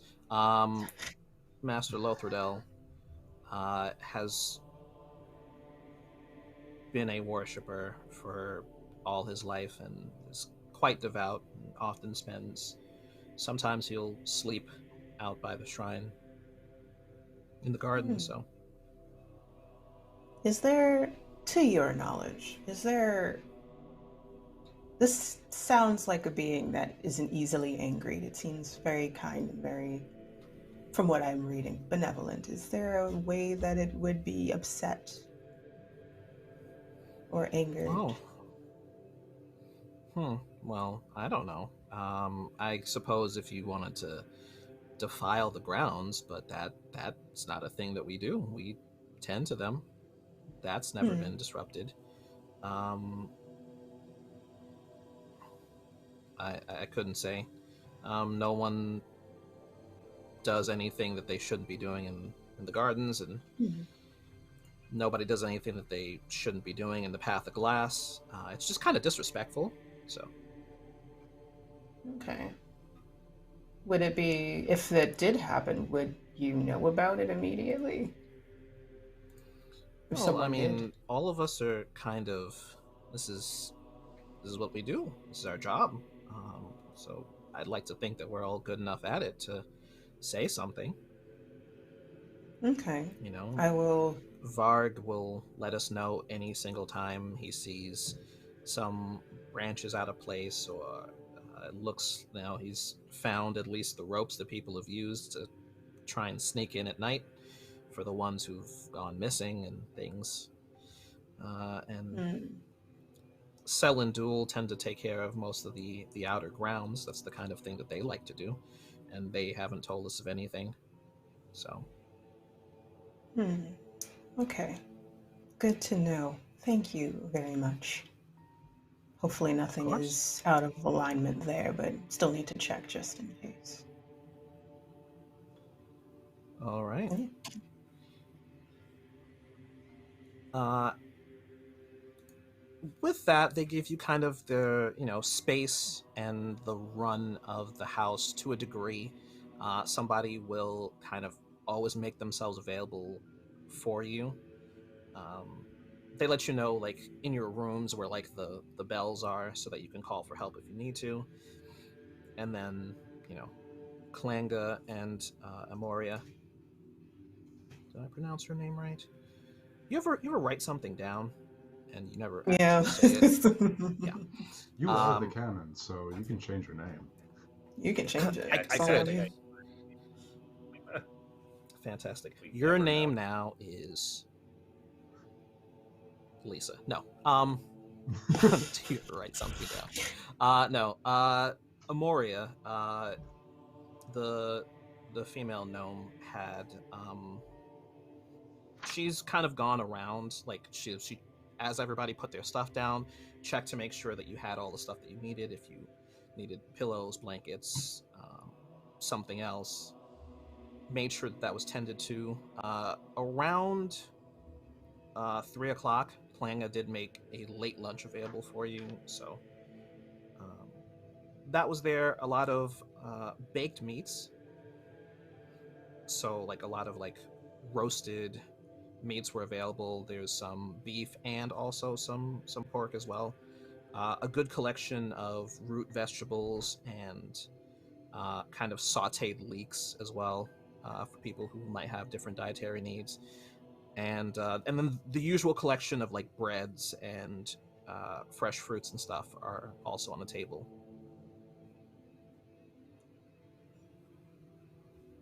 And everybody's free to eat and do what they want to do. Big handful of fruit. Dragonborns don't have lips, so he's just chomping. Fantastic. Doctor Who. And okay, let me check and see. All right, cool. While they get something to eat, maybe the chat should get something to eat too, right? Maybe we can take like a 10-minute break, give people a chance to use the bathroom, get up, stretch, hydrate. Gentle reminder to take your pills if you need it. If you have any meds that you need to take and it's around that pill o'clock for you, gentle reminder to take those, and just, give yourself a chance to do all the stuff and the things that you need to do. Right? So, I'll say let's do that. We can take, I think like a 10-minute break sounds about good.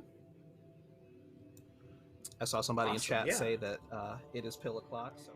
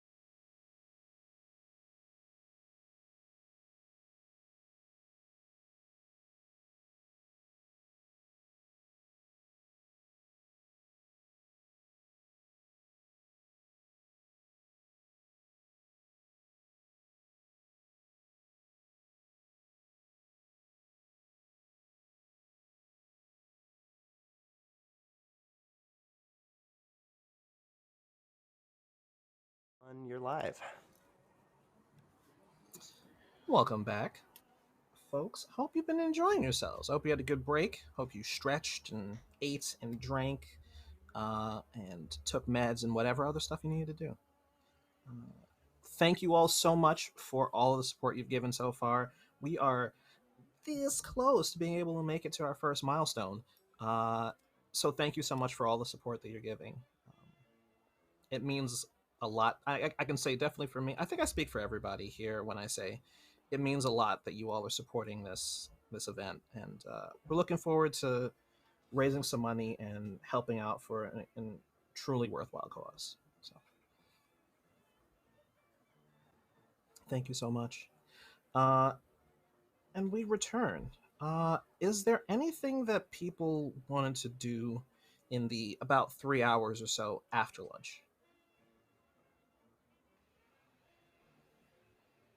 All right. If My girl wanted to take a break and go for a smoke break so that like she can like start off with a fresh palate. Sounds good. Sounds Yeah, good. short rest. Smoke break Fine. for sure. Yeah. You had multiple short rests worth of time to do in there. There's 3 hours, Oh, so okay. you have at least 3 short rests. Mm-hmm. Oh, cool. I think having figured out the steel pan words, I think Faz just wants to try talk to more of the people working, more of the staff. I get there, try see what the vibes are. Sure. Fantastic. Give me a charisma check. Actually, you know what? Make it a persuasion check. We'll make it a persuasion check. Oh, baby. We'll give me a general one.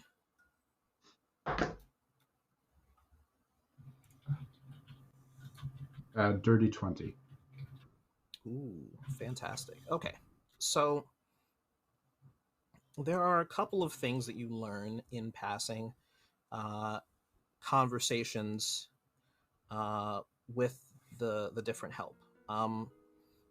Cell and Duel, the twin half orcs, are actually also members of the family.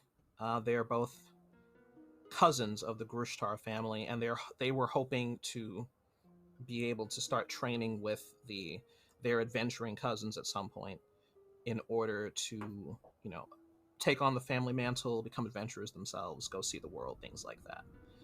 Yeah. And so while they're not necessarily, they're certainly concerned, like so many people are, but there's this other element of being frustrated that what they were trying to do, like who they wanted to be and the things they wanted to get up to, got slowed down. For Klanga, Klanga is much older than everybody else there.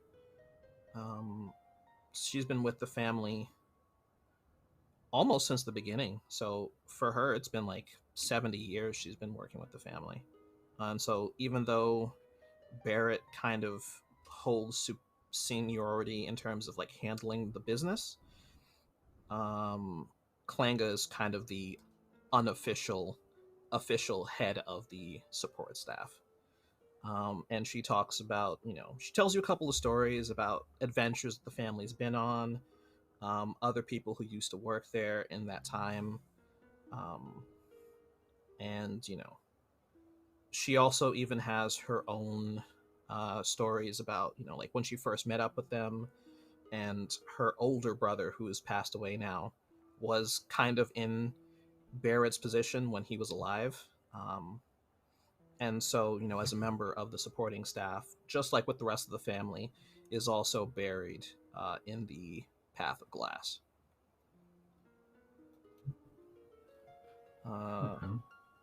That's 2, right? That's 2. Yeah. Amoria is newer. Yeah, I was just trying to see who. Yeah, I think Amoria is the only person I haven't spoken to personally, I think. So it takes a little bit of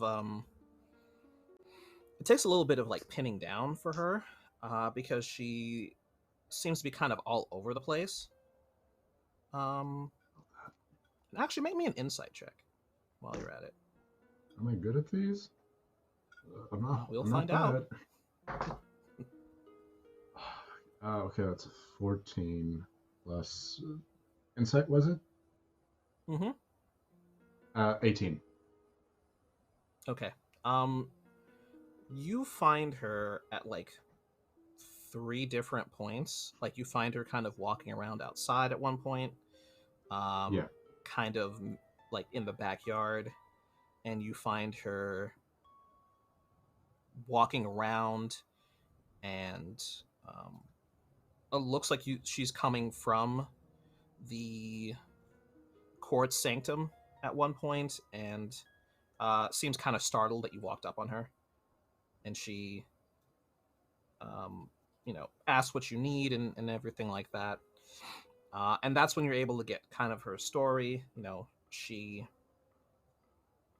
like the twins, also had hoped to kind of learn some magic from the Grushtar family, and so signed on to be support staff as well. And just mentions that she's just looking forward to seeing them back, and really hopes that nothing too bad has happened to them, and that they're all here very, very soon. That being said, with the 18 that you rolled for insight, it seems like there's something that she's leaving out about that, but she kind of runs off before you can stop to talk to her too much more deeply about it. Okay, and for Barrett and Varg, you feel pretty solid about most likely what your initial impression of them was. Varg is pretty no nonsense. He's there to do a job, and that's the job he's going to do. He's not unfriendly with any of the house staff, but seems far more concerned about like checking the walls, like on like clockwork, literally. Yeah. Yeah. When Very at the top of every hour, he takes a walk, circles the walls. He'll go clockwise and then counterclockwise, kind of alternating while he's doing stuff. Yeah. And then other than that, he'll just check to make sure that everything's in the places where it's supposed to be. Doesn't talk too much about his life. He just mentions that he used to be a mercenary at one point, wanted an easier job than the one that he had when he was a mercenary, and so he's content with getting paid very, very, very well to guard a place that probably doesn't need to be guarded. Okay. And Barrett's been around for maybe 50, 55 years at this point. He took up with them when he was a much, much younger man, and stayed on through thick and thin. Mentioned that there was an accident at one point, and that the Grushtar family was kind enough to essentially remodel the entire area to accommodate his wheelchair. And you can tell that there's a lot of loyalty in there for him, and that he's looking forward to getting everything sorted out. Okay. All right. Yeah. Kiss, am I right in that you had something that you had in mind? Yeah, completely bazooka related. For it. Is that bazooka hey, we got in the room, cool. Connor did all the work, got the rooms open, did the survey, found this bazooka. This is obviously someone else's bazooka. May I touch it and play with it? Who do you ask that? Whomever is the tallest. The tallest. Fantastic. The tallest would be Varg, who says, "Look, I'm not your dad. You're not. Please don't Do you point know that my thing. dad? That you know of. Never met your father. Honestly, you could not have a father, and I wouldn't know. I should? He's, okay. Great. Wonderful. Look, you're being hired to do a job. If doing your job involves firing off this thing, just make sure that you're not pointing it at anybody. It's a And I, bazooka. As you talk, they tend to explode. okay. That looks like a cannon to That's me. the point. Yeah. Don't lose Okay. that business card, though. My dad will hook you up with great healing premiums. If you need restoration or necrotic, just let them know. You know me. You're a sea racker backer. I'm a sea racker backer. Backer, that's right. And you just kind of see him kind of hold up the business card and just look at it, and he just looks at you, and he's just and walks away. You dropped it. Clumsy hands, they're better for swords. Don't give him the bazooka. But yeah, other than so Varric kind of ignores you for the most part. But Barrett, who's kind of always rolling around, is eventually comes back to check on you and says, if you can figure out how to make it work, I guess you can see it. I don't know what it'll do. It's never been fired on the grounds. I would say do it in the gardens. Just don't point it at any of the trees or the bushes. Oh, of course not. I respect wood too. Like a big thumbs up with a nice smile like this.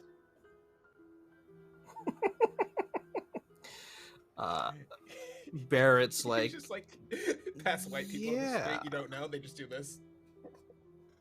It's that face. Yeah.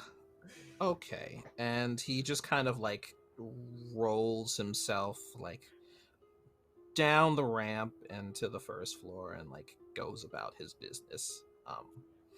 But yeah, you're welcome to.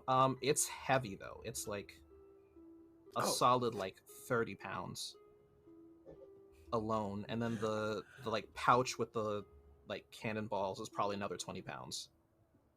Awesome. I'll lift with my legs, and I will go off to the garden, the forest.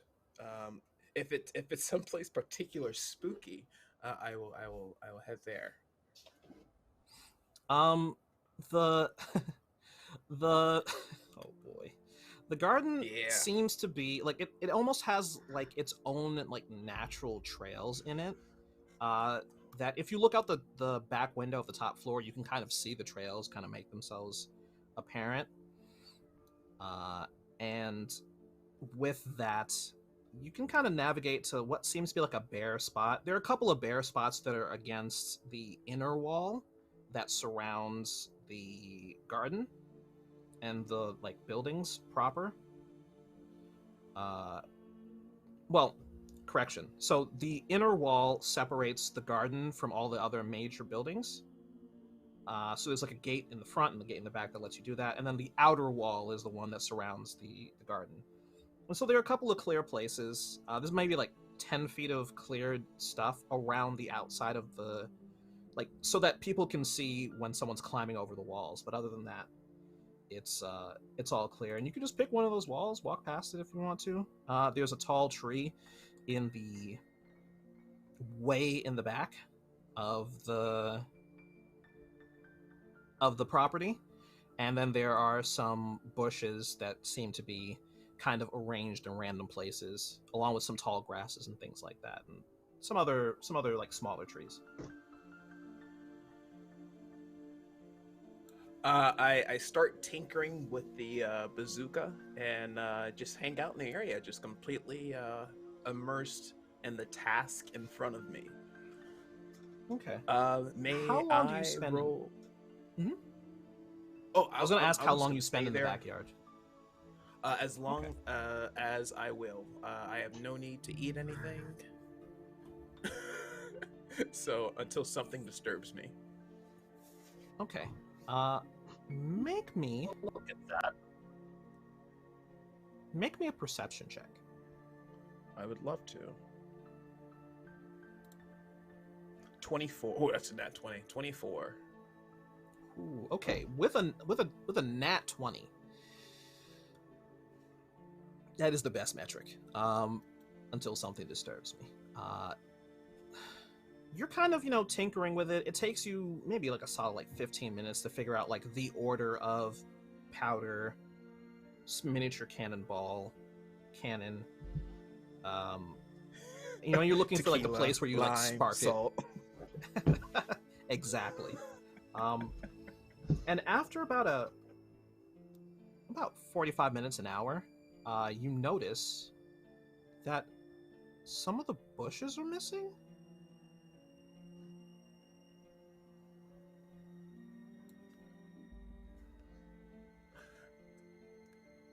Bushes, did you go? Bushes.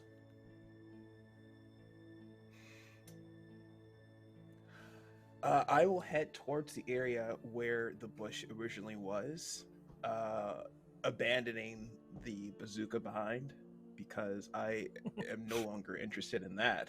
I'm concerned about these bushes. I was told to make sure I don't hurt these trees, and I know for a fact if one of these trees or bush trees are missing, they are going to try to blame us, and I do not want to be beholden to dirty people. Boy. Fantastic. So you head to the spot, and you can see that there are you can see the I can't look at this chat ever again. You can see that there are places where the roots seem to have sunk into the fresh soil, and you can see that they've kind of come up from there. And there's some dragging marks that eventually kind of peter out as it crosses some of the stones and stuff like that. And you notice that there's kind of a clump of bushes. It's inched over maybe a foot or two, it seems like. Yeah, I'm gonna go check that out. Yeah. I stomp over there. Yeah. You kind of poke around a bit, just kind of look, and it seems like there was a bush in a place you don't remember it being, but other than that, it's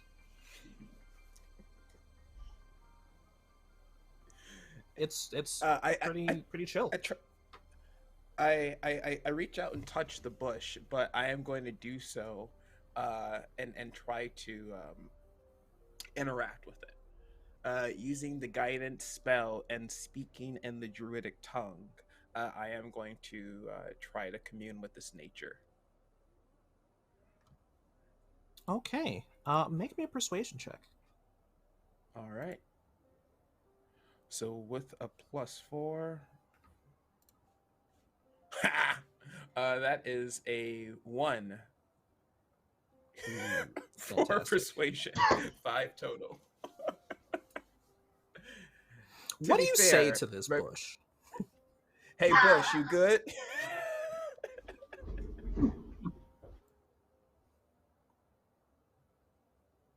And the bush kind of shakes a little bit when you say that.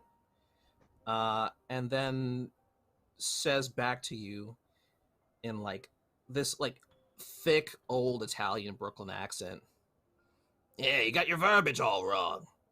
It's the worst accent. Who taught you Druidic? Some sort of lout? No, I dated a nymph for spring break. It was great. No, it's not the same thing at all. No, it's not. It's too much from the throat, right? Too much from the throat. Got a little bit higher up. That's right? what I told her. In the nose. Yeah, fantastic. What do you want? Trying to get some sun air. You move around on your own? You move around on your own? I do. I have legs, not roots. Well, that's because you're not a tree. I'm not a tree. You're right. Did you see any weird stuff with these poor people?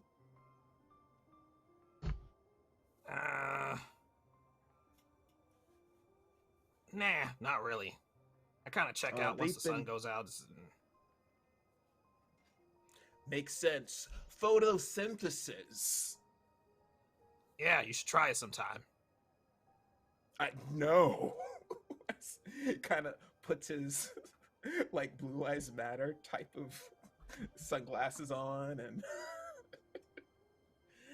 make sure his skin's completely You're, covered up from the sun. Well, I don't knock you.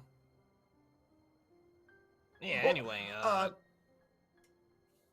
talk to the Seneca if you got more questions. You move a little bit to the left. You're in my light. Oh, I'm sorry. I'm sorry. Yeah. I head over to the Seneca tree. So the Seneca tree is this like large like Seneca plum tree. Like it's the big tree that you saw way in the back of the compound.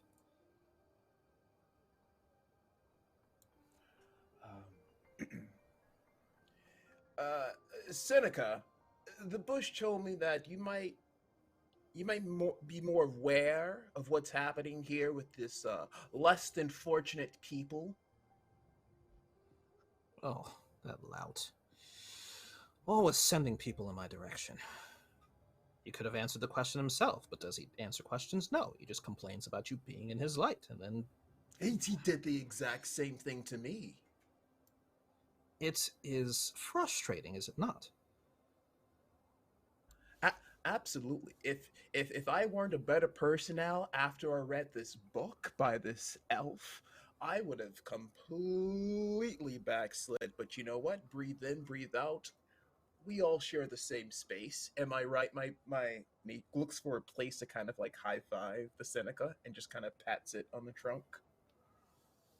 Oh, yes. Very, very good, sir. Can I help you with something? Yeah, a bunch of dirty poor people have been missing. Can you help me? Oh, you must be referring to the ruffians who have climbed the walls in the past few years. Tell me more. Oh, it happens from time to time. Some would-be robber thinks that he can simply make his way through and into the manor over there and avail themselves of the master's goods. Usually, I will catch up to them very quickly. Very few notice that a tree is treeing in the backyard, you know. And usually one good whack is all it takes to discourage them from doing anything else. However, perhaps a year and a half ago, someone came through here, managed to go past that bush that you were talking to. It's probably Larry.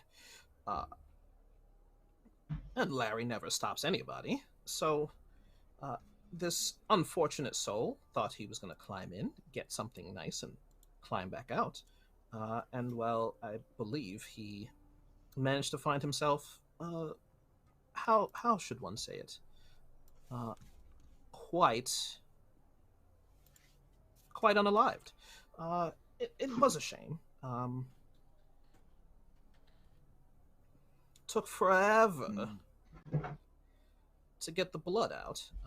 But, you know, honestly, it's not too bad when there's blood in soil. You can just kind of turn it.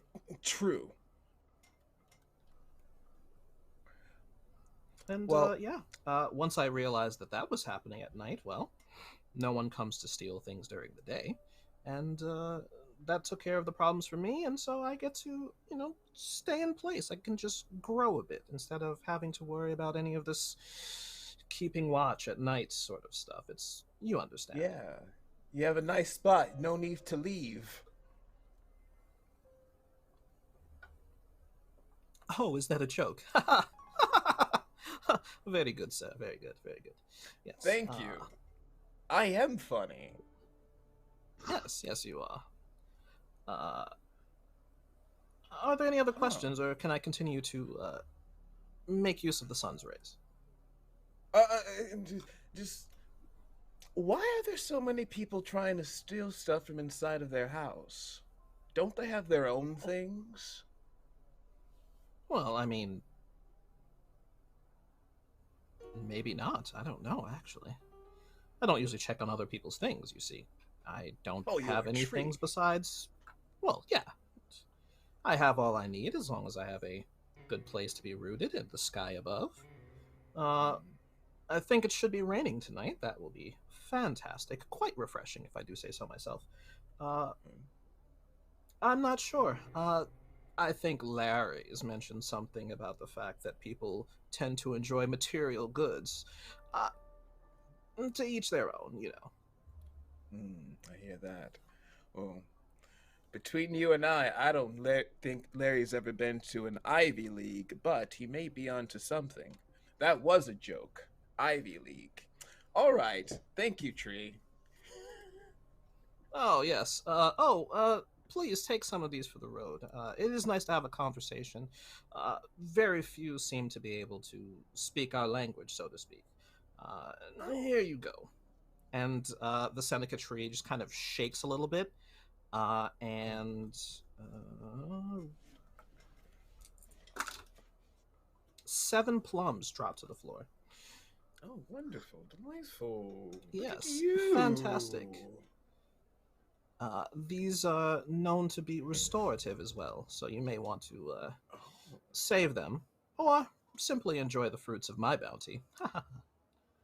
Thank you. And just starts eating all of them. This is so nice. Do you of eat all 7 plums? No. Let me see. Let me roll for it. Oh, I'll roll no. 1d6. I eat 2 plums. All right. What is your level? 7. Fantastic. You get twice that, 14 in temporary hit points. Wonderful. I'm gonna use these. Don't you bet your little trunk I will. All right, ciao. All right. Make sure you consume those in. I think they call it an hour. Otherwise, they'll just be only delicious. Good day. Oh. Stupid bush. And the Seneca returns to its previous position. I would say it's probably pushing at this point, maybe about 4:30 in the afternoon, I want to say.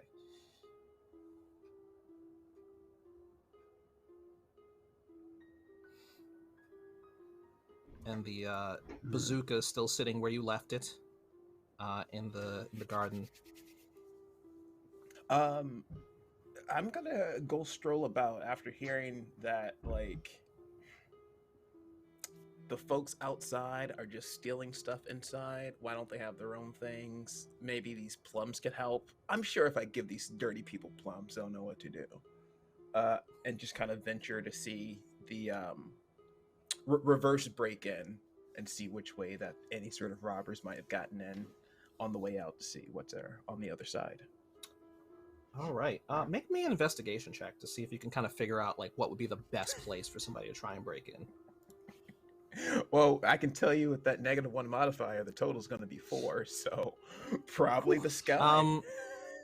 Yeah, that makes perfect sense. So you look up and you're like, well, okay, I would just kind of fly in to that window over there. And you look over at that window, and it's the window in the back hallway, and you can see the gnome Amoria kind of looking out the window. And as soon as you look up there, she just kind of like drops down and like disappears from the window. I'm just gonna wave. I saw you already. And you see her kind of like a moment later, just kind of creep up and say, "Hi, just walking by, just walking by." Don't mind me. I was just talking to the tree. Now I'm trying to think like a poor. Do poor people fly? Like besides don't spirit. know. Try asking. Is the tree moving again? And she points like back towards the Seneca. Before I turn back to see if the tree's moving, I'm gonna lower my shades, activate the guidance with the little blue flares, and roll an insight check if I may. Absolutely, please do.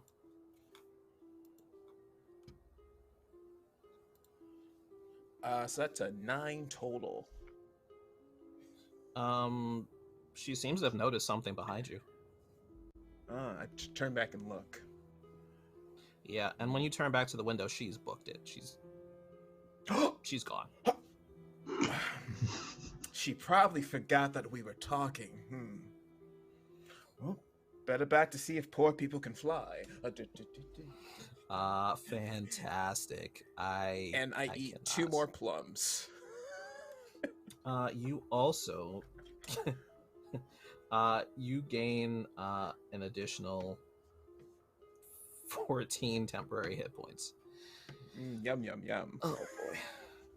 That's how I eat them. I go yum yum yum.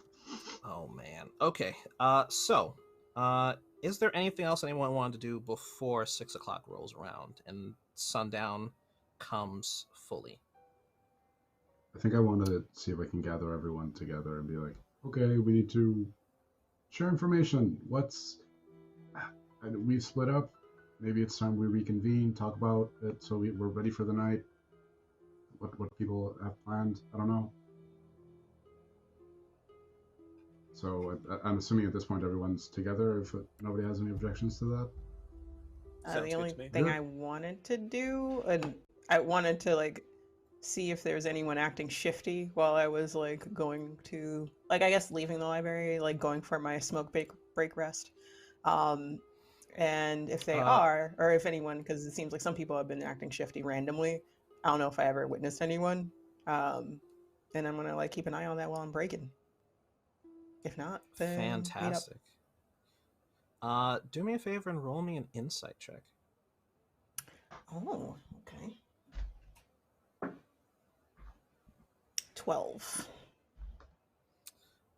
You come out of the room just as you hear Connor's special. Connor looks at the world very differently than you do, so you hear him yelling outside.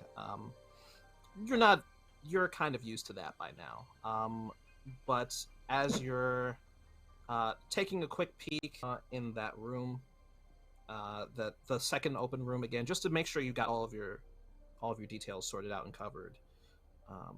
You pass into the library to make a note about something, and as you're leaving the library, you nearly bumped into Amoria as she's kind of like scampering down the hall and like away from whatever was being yelled at her. I'm sorry. Hello there.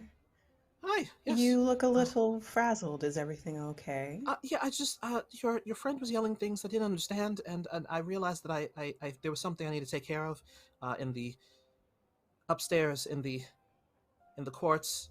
I'm sorry. This is a lot, quite all and right. I'm very concerned. It's almost 6 o'clock, and you're all still here, and I'm worried something's gonna happen to you. I'm just excuse me. I'll see you later. It's okay. No, wait. It's okay. She's going to like, because I think I have the ability to talk to people through my mind only. So like, I think if I remember correctly, yeah. Wait, I thought I did. Mm-hmm. Maybe I might have been making that up. Great old one. Yes. Yes. Then you. So yeah, I can like talk to her. Oh, one of the invocations. Yeah. I can like just talk to her. Oh, awakened mind or something like that. So like I'm going to like now try to like make her a little frazzled. And I'm like in my mind, I'm like, actually, I have a couple of questions for you. She says in her mind to this like to she's like is it the dwarf or is it the gnome? The gnome. Okay. There's like, I have a few questions for you if you don't mind. Just 5 minutes of your time. It just resounds in her head. Oh, please don't hurt me. Oh, I'm not going to hurt you. I just want to make sure that I have enough information. You just seem a little, you're worried about us staying here past 6. Is there a reason for that? Well, you heard everybody was here past sundown, and so something happens to them if they don't belong here, and I just don't. I don't know if you belong here. I don't think you belong here, and I don't want any. Please. Do you know what happened to the people that went missing here, in any way? Any ideas? Make me an insight check. Okay. Again, let's go. So 16 plus 6. So I definitely got past 20 on that one. Love She to see starts to it. give you what you very clearly can tell is an excuse. Hmm. Are you sure about that? And then she says that her eyes are gonna get like really. She's gonna not. It's not intimidate or like she's just naturally creepy is what I get the vibe of. So I was going to. I think it's my one of my spells. If I remember, Mm-hmm. it's detect thoughts. I think is what she's going to do. Because she wants to know what that evasiveness is, and she wants to know exactly what it is. I don't know if I have to roll for it or anything like that, but during the duration, you can read the thoughts of certain creatures when you cast a spell in your action on each turn until the spell ends, which is 1 minute, I believe. Um, you can see like any creature within 30 feet. If I try harder, I can find out exactly what she's thinking, but surface level thoughts first, I think. So, Mm-hmm. do I have to roll anything for that, or is it just like I use it? I'm pretty sure. No, I believe you just detect those thoughts.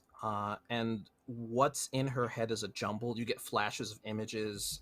You see there is what looks to be a half elfin man who uh, is laying back, a lifeless look in his eyes, with like wounds in his like slash wounds in his chest. And you see that there's another collection, what looks to be three halflings in a trench coat, kind of wrapped up that she's covering, like shoveling dirt onto. And just a couple of other images. You see that there's like a broken, like a shattered orb in a place that you don't quite recognize. And you see that there appears to be like this figure with like a dark cloak and like a pair of daggers in it that like and you see it like from her perspective, like walking through her at sunset. Um, Putting it all together, you kind of get the picture. Um, you think that whatever her fear is has to do with this figure, but you're not entirely sure why this figure would be upset or why it'd be hunting people who don't belong. Hmm. So like her eyes are gonna get extremely bright green, just beyond her normal toxic green. She's gonna glare really hard down at her and it's like, I think you've been repressing some information there, actually. Who is this So, dark figure that you're afraid of? oh, I'm sorry. Look, I'm sorry. I didn't. I was cleaning. I was just cleaning the orbs in the path of glass, and I didn't. I picked it up to clean it, and it dropped, and I I cleaned it up, but then they're gonna send me away. Pathic orbs, you say? What is the The path of significance of orbs. It's shattering it? The path of I didn't orbs. I didn't mean to shatter it. The path of orbs is it's the it's the the crypt where we keep Mm. all of the ancestors, and I think one of them's mad at me, or mad at people who don't belong here, and I I I can't control see. whether or not somebody tries to break in, but we can control whether or not people stay too long. And it's so close to midnight. It's so close to dark. Please, just please. You, and you shattered this how long ago? About a year and a half ago. Hmm. So it because of what you did, granted Oh, don't say accidentally. that. I I mean, I it's didn't mean true. it. I'm gonna be very honest. I'm sorry. Oh, You gotta take the blame for something that you did, even if it was an accident. It's quite all right. But what isn't all right is the fact that people have not gone missing, have been killed, including the adventurers here. the the adventurer. I don't know what happened to the adventurers. I I I never found their bodies. I swear.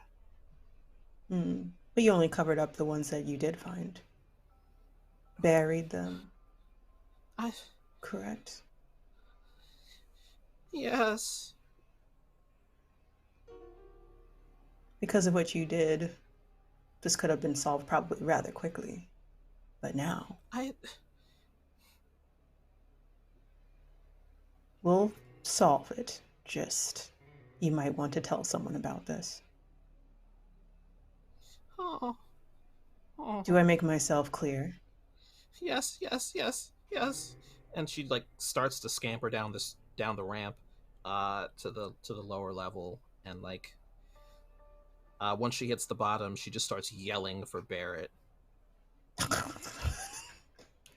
Then like Ellie just like after she like gets out of range, she's like, still got it. Yes. And then like goes to find everyone else. All right.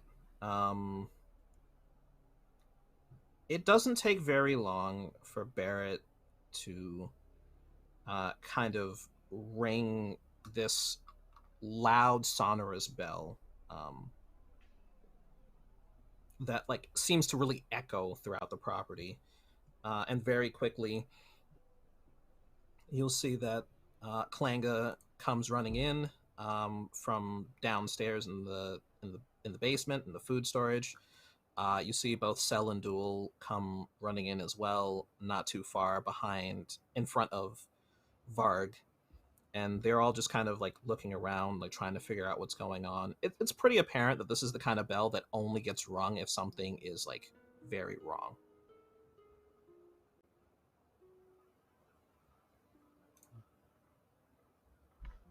Are we all together at this point? Mm-hmm. Mm-hmm. Okay. I go to the group. I address the group and I just say, guys, I think I don't know if any of you have got any other information, but Amoria seems a little bit off to me. Thoughts on her, everyone? Quick roundtable discussion about her.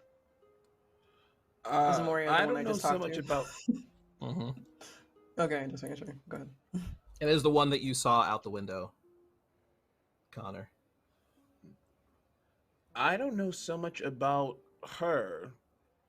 She just seems to forget conversations, but there is an uppity bush outside that just wouldn't stop.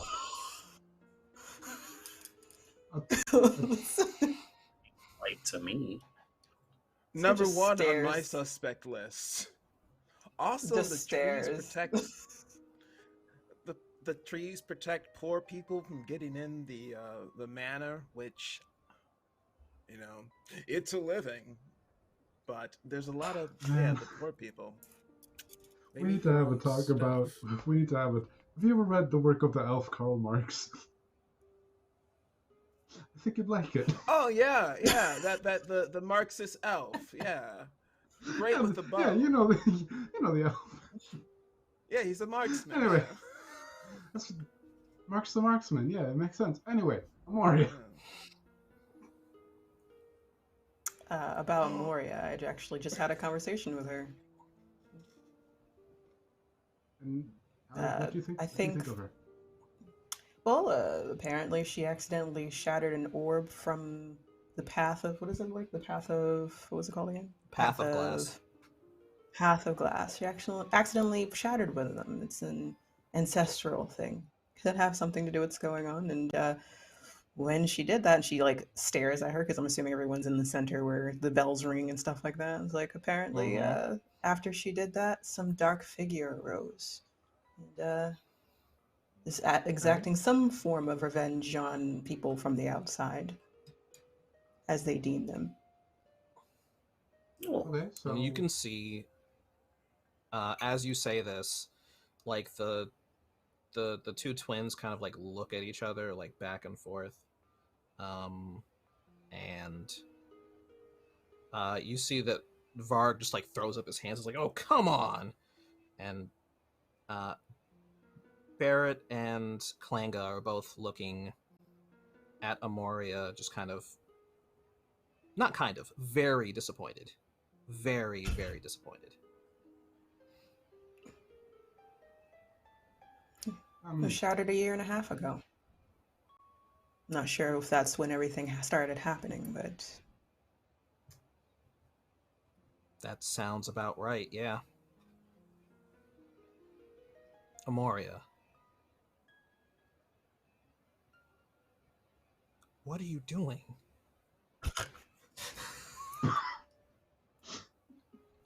I didn't want to be dismissed, is all. I didn't want to be. And I know you say that everyone here is like family, and I didn't want to lose mine.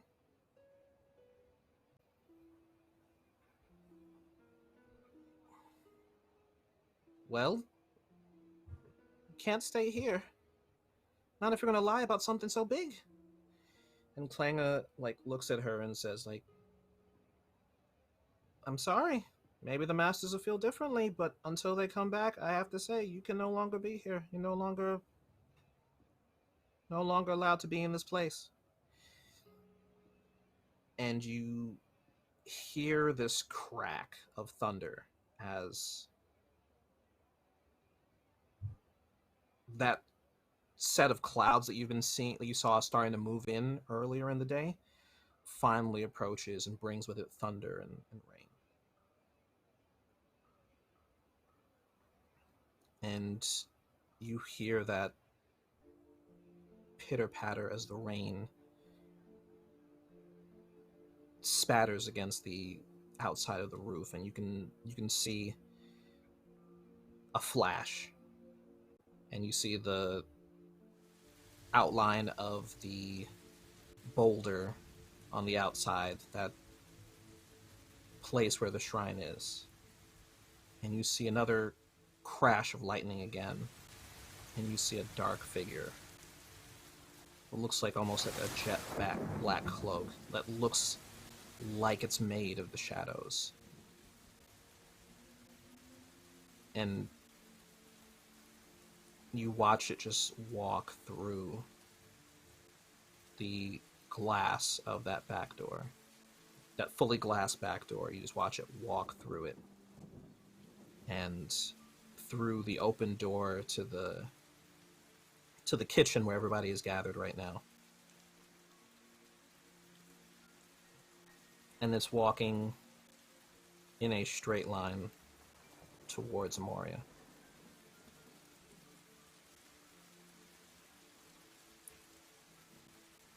Okay. One second. Do I get an impression that this creature is relying on some sort of vision?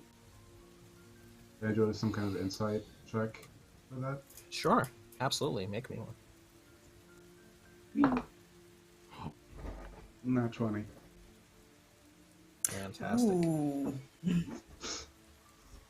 I got too excited there. I don't know what my arms do. I would.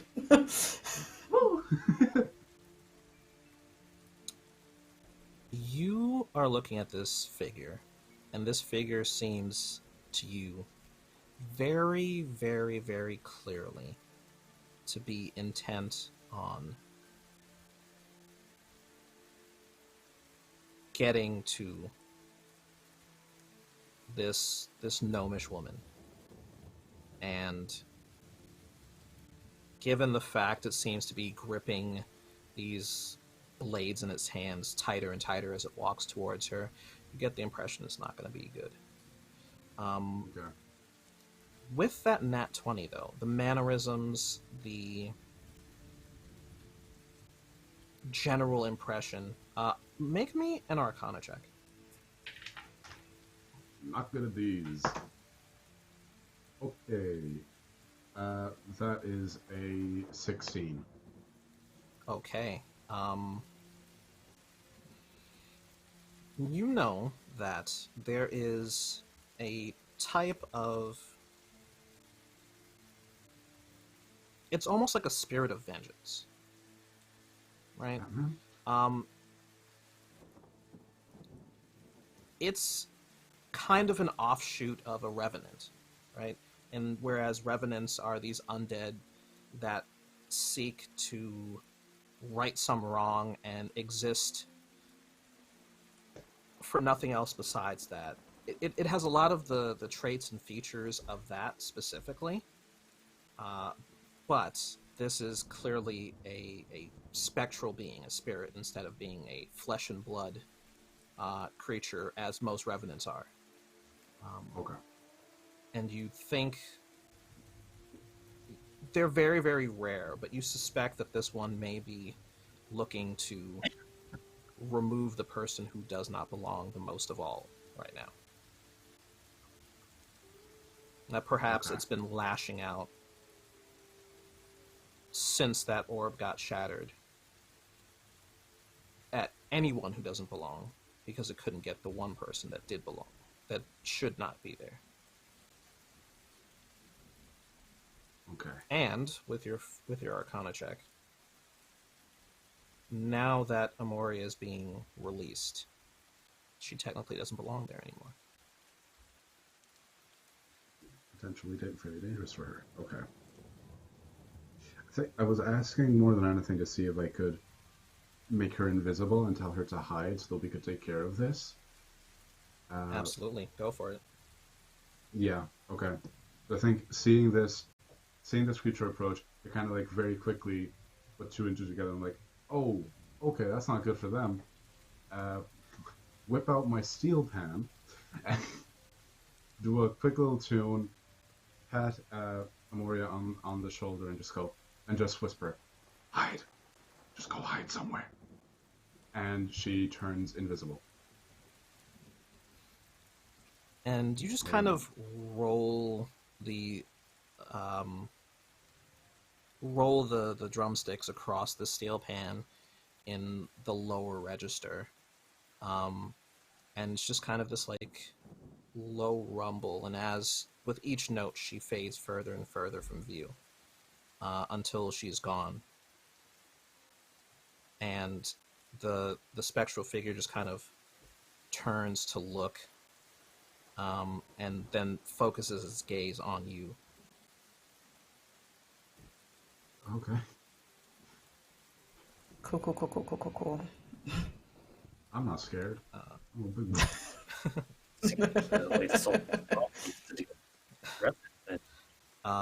And Barrett says, go get a spare orb. And you see Varg and the twins run off.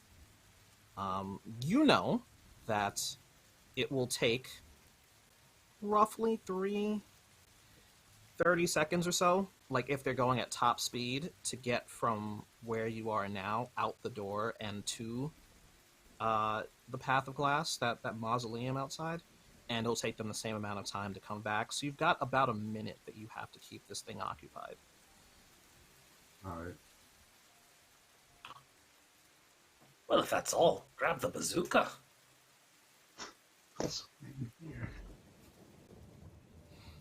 All right. We're going to do this, I guess, out of initiative order, just to speed things up a little bit, because we're coming close to our end. Mm-hmm. And let's instead do it in reverse order. So, Faustus, what do you want to do? Having done that, there's not much I can really do to stop someone in their trap. It's not a person, so I can't do anything like that either. So, how far away are they? At this point, the figure it's inside the kitchen with you, so it's 20 feet away from you at this point. Okay, I won't do that. Once you're holding concentration, you can't cast another spell, can you? Or is it you can't cast a You can't cast another spell? concentration spell without the first one dropping. Okay, perfect. I might do it. I might try cast Enthrall and see if I can just keep it busy. Yeah, go ahead. What is that check? Is it a wisdom saving throw? Yeah, wisdom saving throw.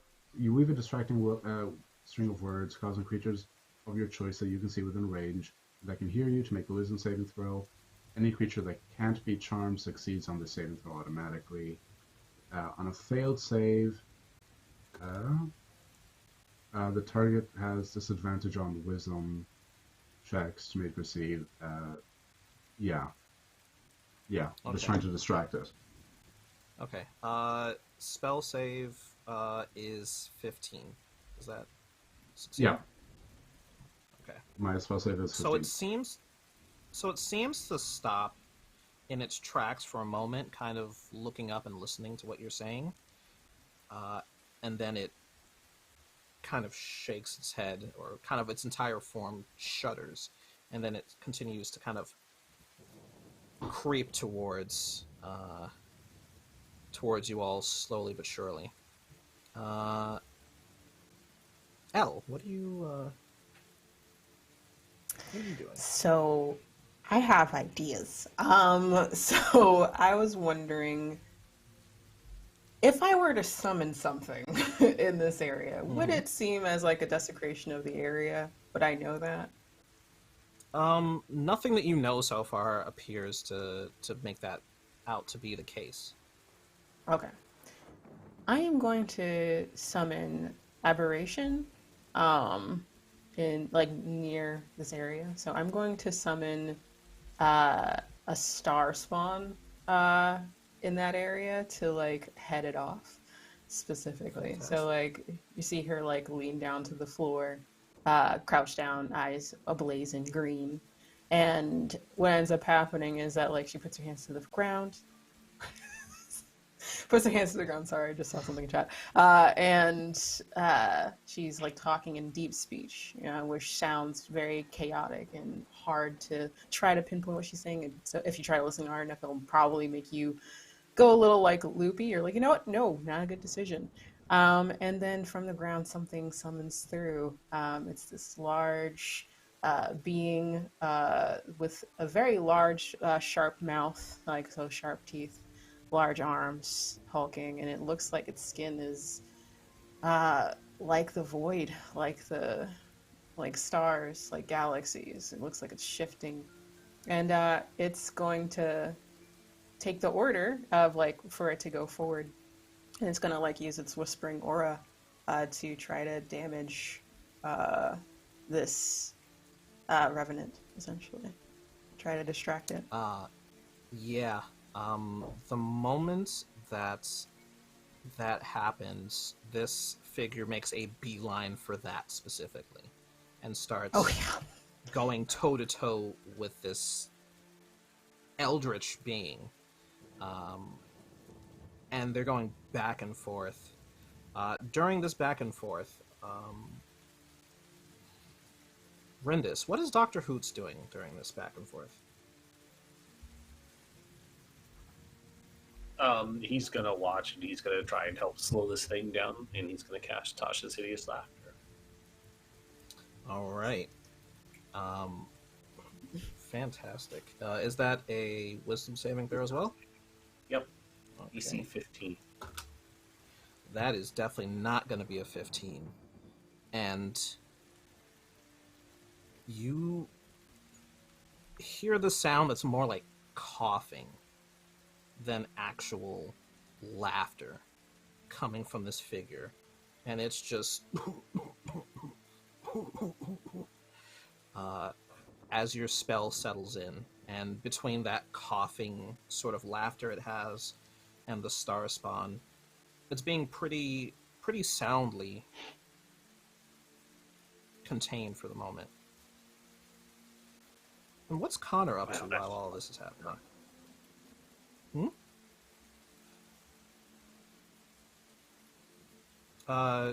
Rendis, what'd you say? Oh, just said that it was going to buy us some time.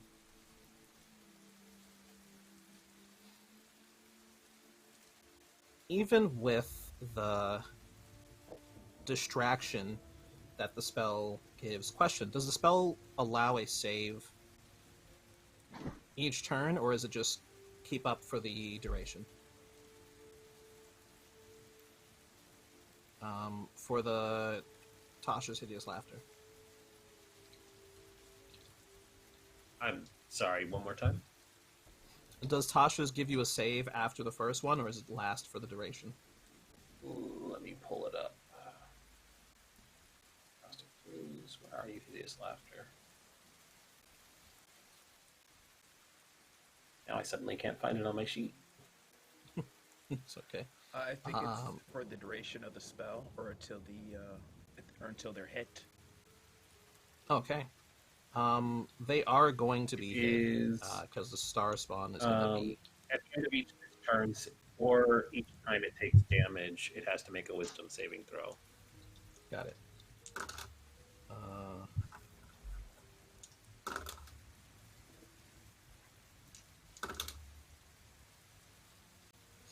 it ends up being, yeah, it's a while. I'm rolling like trash because I'm running things. That's why my dice are terrible. So it keeps kind of like trying to not cough, and you can almost see it trying to hold it in as it's being hit. But whatever this is seems to be the magic that you've employed is just too effective against this creature.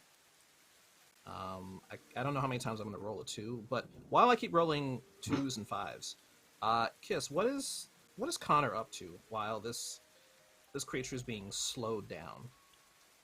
Connor is giving directions to the party member as they seem to handle this. I know that Connor's best course of action would be to hit it, completely ruining everyone's plans. So just, you're doing great.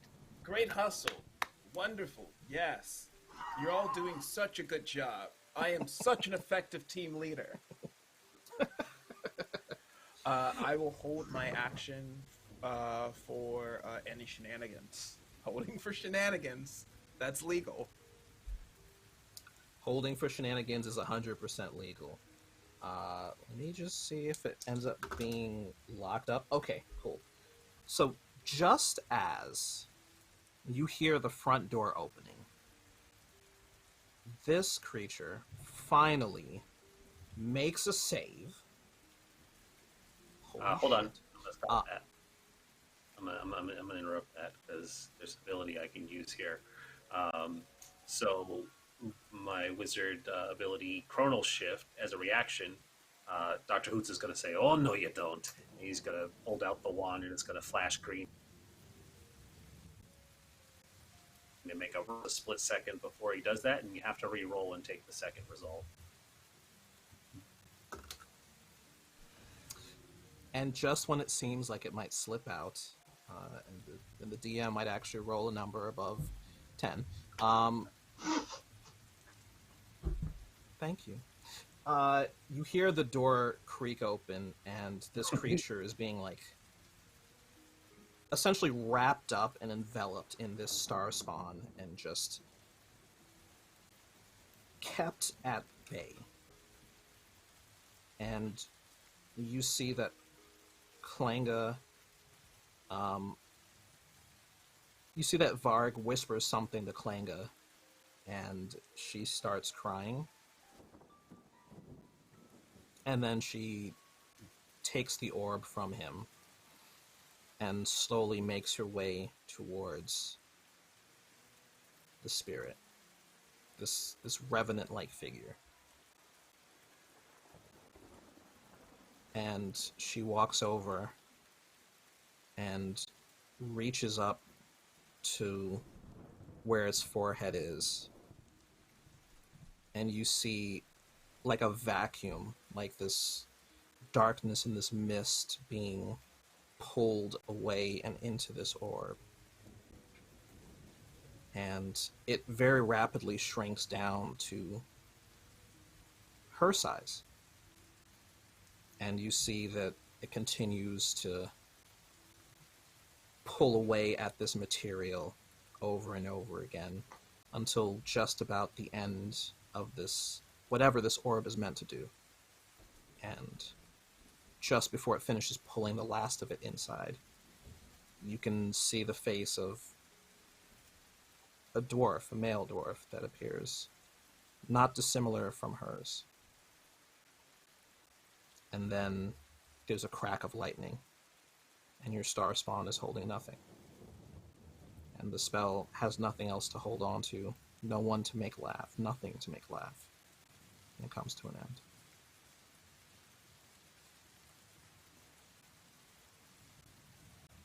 The rest of you take some time, and now knowing that it's safe to do so, spend the rest of the night there, in your guest rooms. Klanga explains that it's her brother, Brago, the one she'd mentioned before who used to work and used to hold Barrett's position, that it was his orb that fell and broke, and that he thought perhaps that he was doing what he needed to do to keep the family safe at all costs. The Moria is collected by the cart waiting outside, thought it was transporting the four of you back.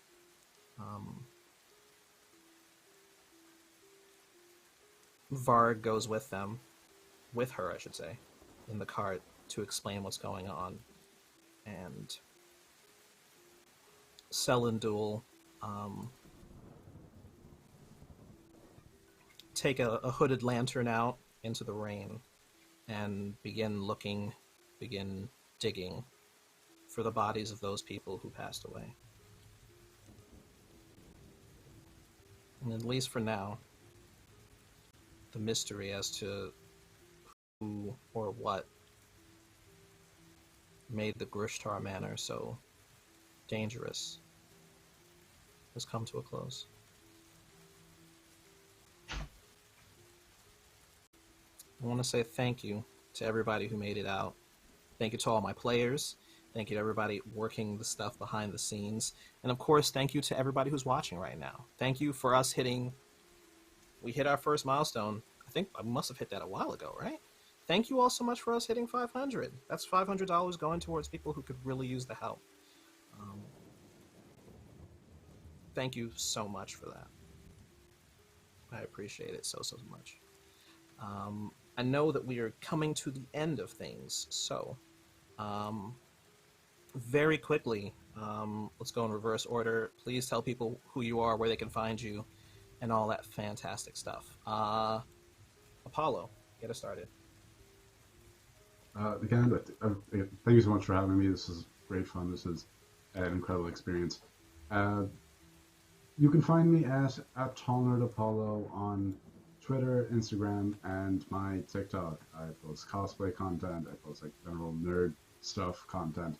And the next couple of years, I'm planning on branching out, doing way more D&D content. So if you liked me today, there's way more of that in the future. So thanks for having me. Fantastic. Sade, please. Hello, everyone. My name is Sade Smith-Edwards. I play Glenn Bishop on the Lovely Craftings podcast. We are on season 4, so check that out. As I am called lovingly in the community, Daddy Glenn is who I am. So please check him out. Also, I post stuff on TikTok. I do animatics for characters that I tend to try to go through their backstories if I never get to fully go in depth. So I do animatics and stuff like that to explore story, and that's what I'm going to be exploring. So my TikTok is SS so please check that out. And you can also just find me usually on Carry On Comfort or Gehenna Gaming or here. So it was a great time. I love this. This is the first time I played D&D in a very long time, and this was a great time to play, as well as my dark star spawn summoning sweet roll eating warlock. So thank you for the good times. And on to the next lovely person. Fantastic. Rindis, please tell us about yourself. Yes, hi. Once again, I am Brindis of PartywipeGames. You can usually find me here on Weave the Tale or on our own channel where we play a variety of tabletop RPGs. Currently, things have been a little slow for us over on our channel, so it's always fun to be able to pop in here, especially for good causes such as this one. Thank you to, again, all the donators. You guys are fabulous, and we love you. But not really much to hype about myself, so thanks for the opportunity to play, and it was great getting to play with a bunch of you. Kiss, please tell us about yourself. Hey, it's me, WhatisKiss, aka Nathan Kiss, aka Midwestern Waste, aka King of the Creeps, aka Connor Kendrick Racker. You can find me on Twitter under WhatisKiss. You can find me find my Patreon, patreon.com/WhatisKiss, and find more stuff through links at my link tree. Also, WhatisKiss. I got a YouTube up with some new episodes of Cavalcade of Pearls, a new actual play project I'm working on with a bunch of awesome people. It's a spinoff from Alabaster Kingdom, which you can also check out on loadandreadyrun.com or whatever their shit is. I'm a cool dude that sells nudes sometimes, but not right now because I'm looking for jobs on LinkedIn. So I got to keep that clean. I'll see you all sometime. Happy Black History Month. Thank you very much. I am ArcDragnBreth all over the internet. If you find it ArcDragnBreth, it is I. You can find me wherever fine social media is sold. I'm mostly active on Twitter, Instagram, and TikTok. I also stream on my own Twitch channel Wednesdays, Thursdays, Saturdays. And you can find me over on the Mimics Monstrosities Twitch channel playing some D&D as well. Thank you all for joining us. I had a blast. But And don't go anywhere. You DM all the time, right? Yeah, I DM. So this is actually. I see what you did there. This is actually my first time doing this. I DM on stream. I play on streams and I DM off stream. This is my first time combining the two. So I hope y'all had a good time. I hope you enjoyed it. It was a great experience for me. Please don't go anywhere except to maybe get a drink or something. Get ready for the fantastic people coming up. Continue to raise money. Continue to make sure that we help people in Texas get as much support as they possibly can. It's unfortunate that they need it, but let's do our part to try and give some assistance, all right? Thank you all. Yep. Take care of yourselves. Thank you. Bye.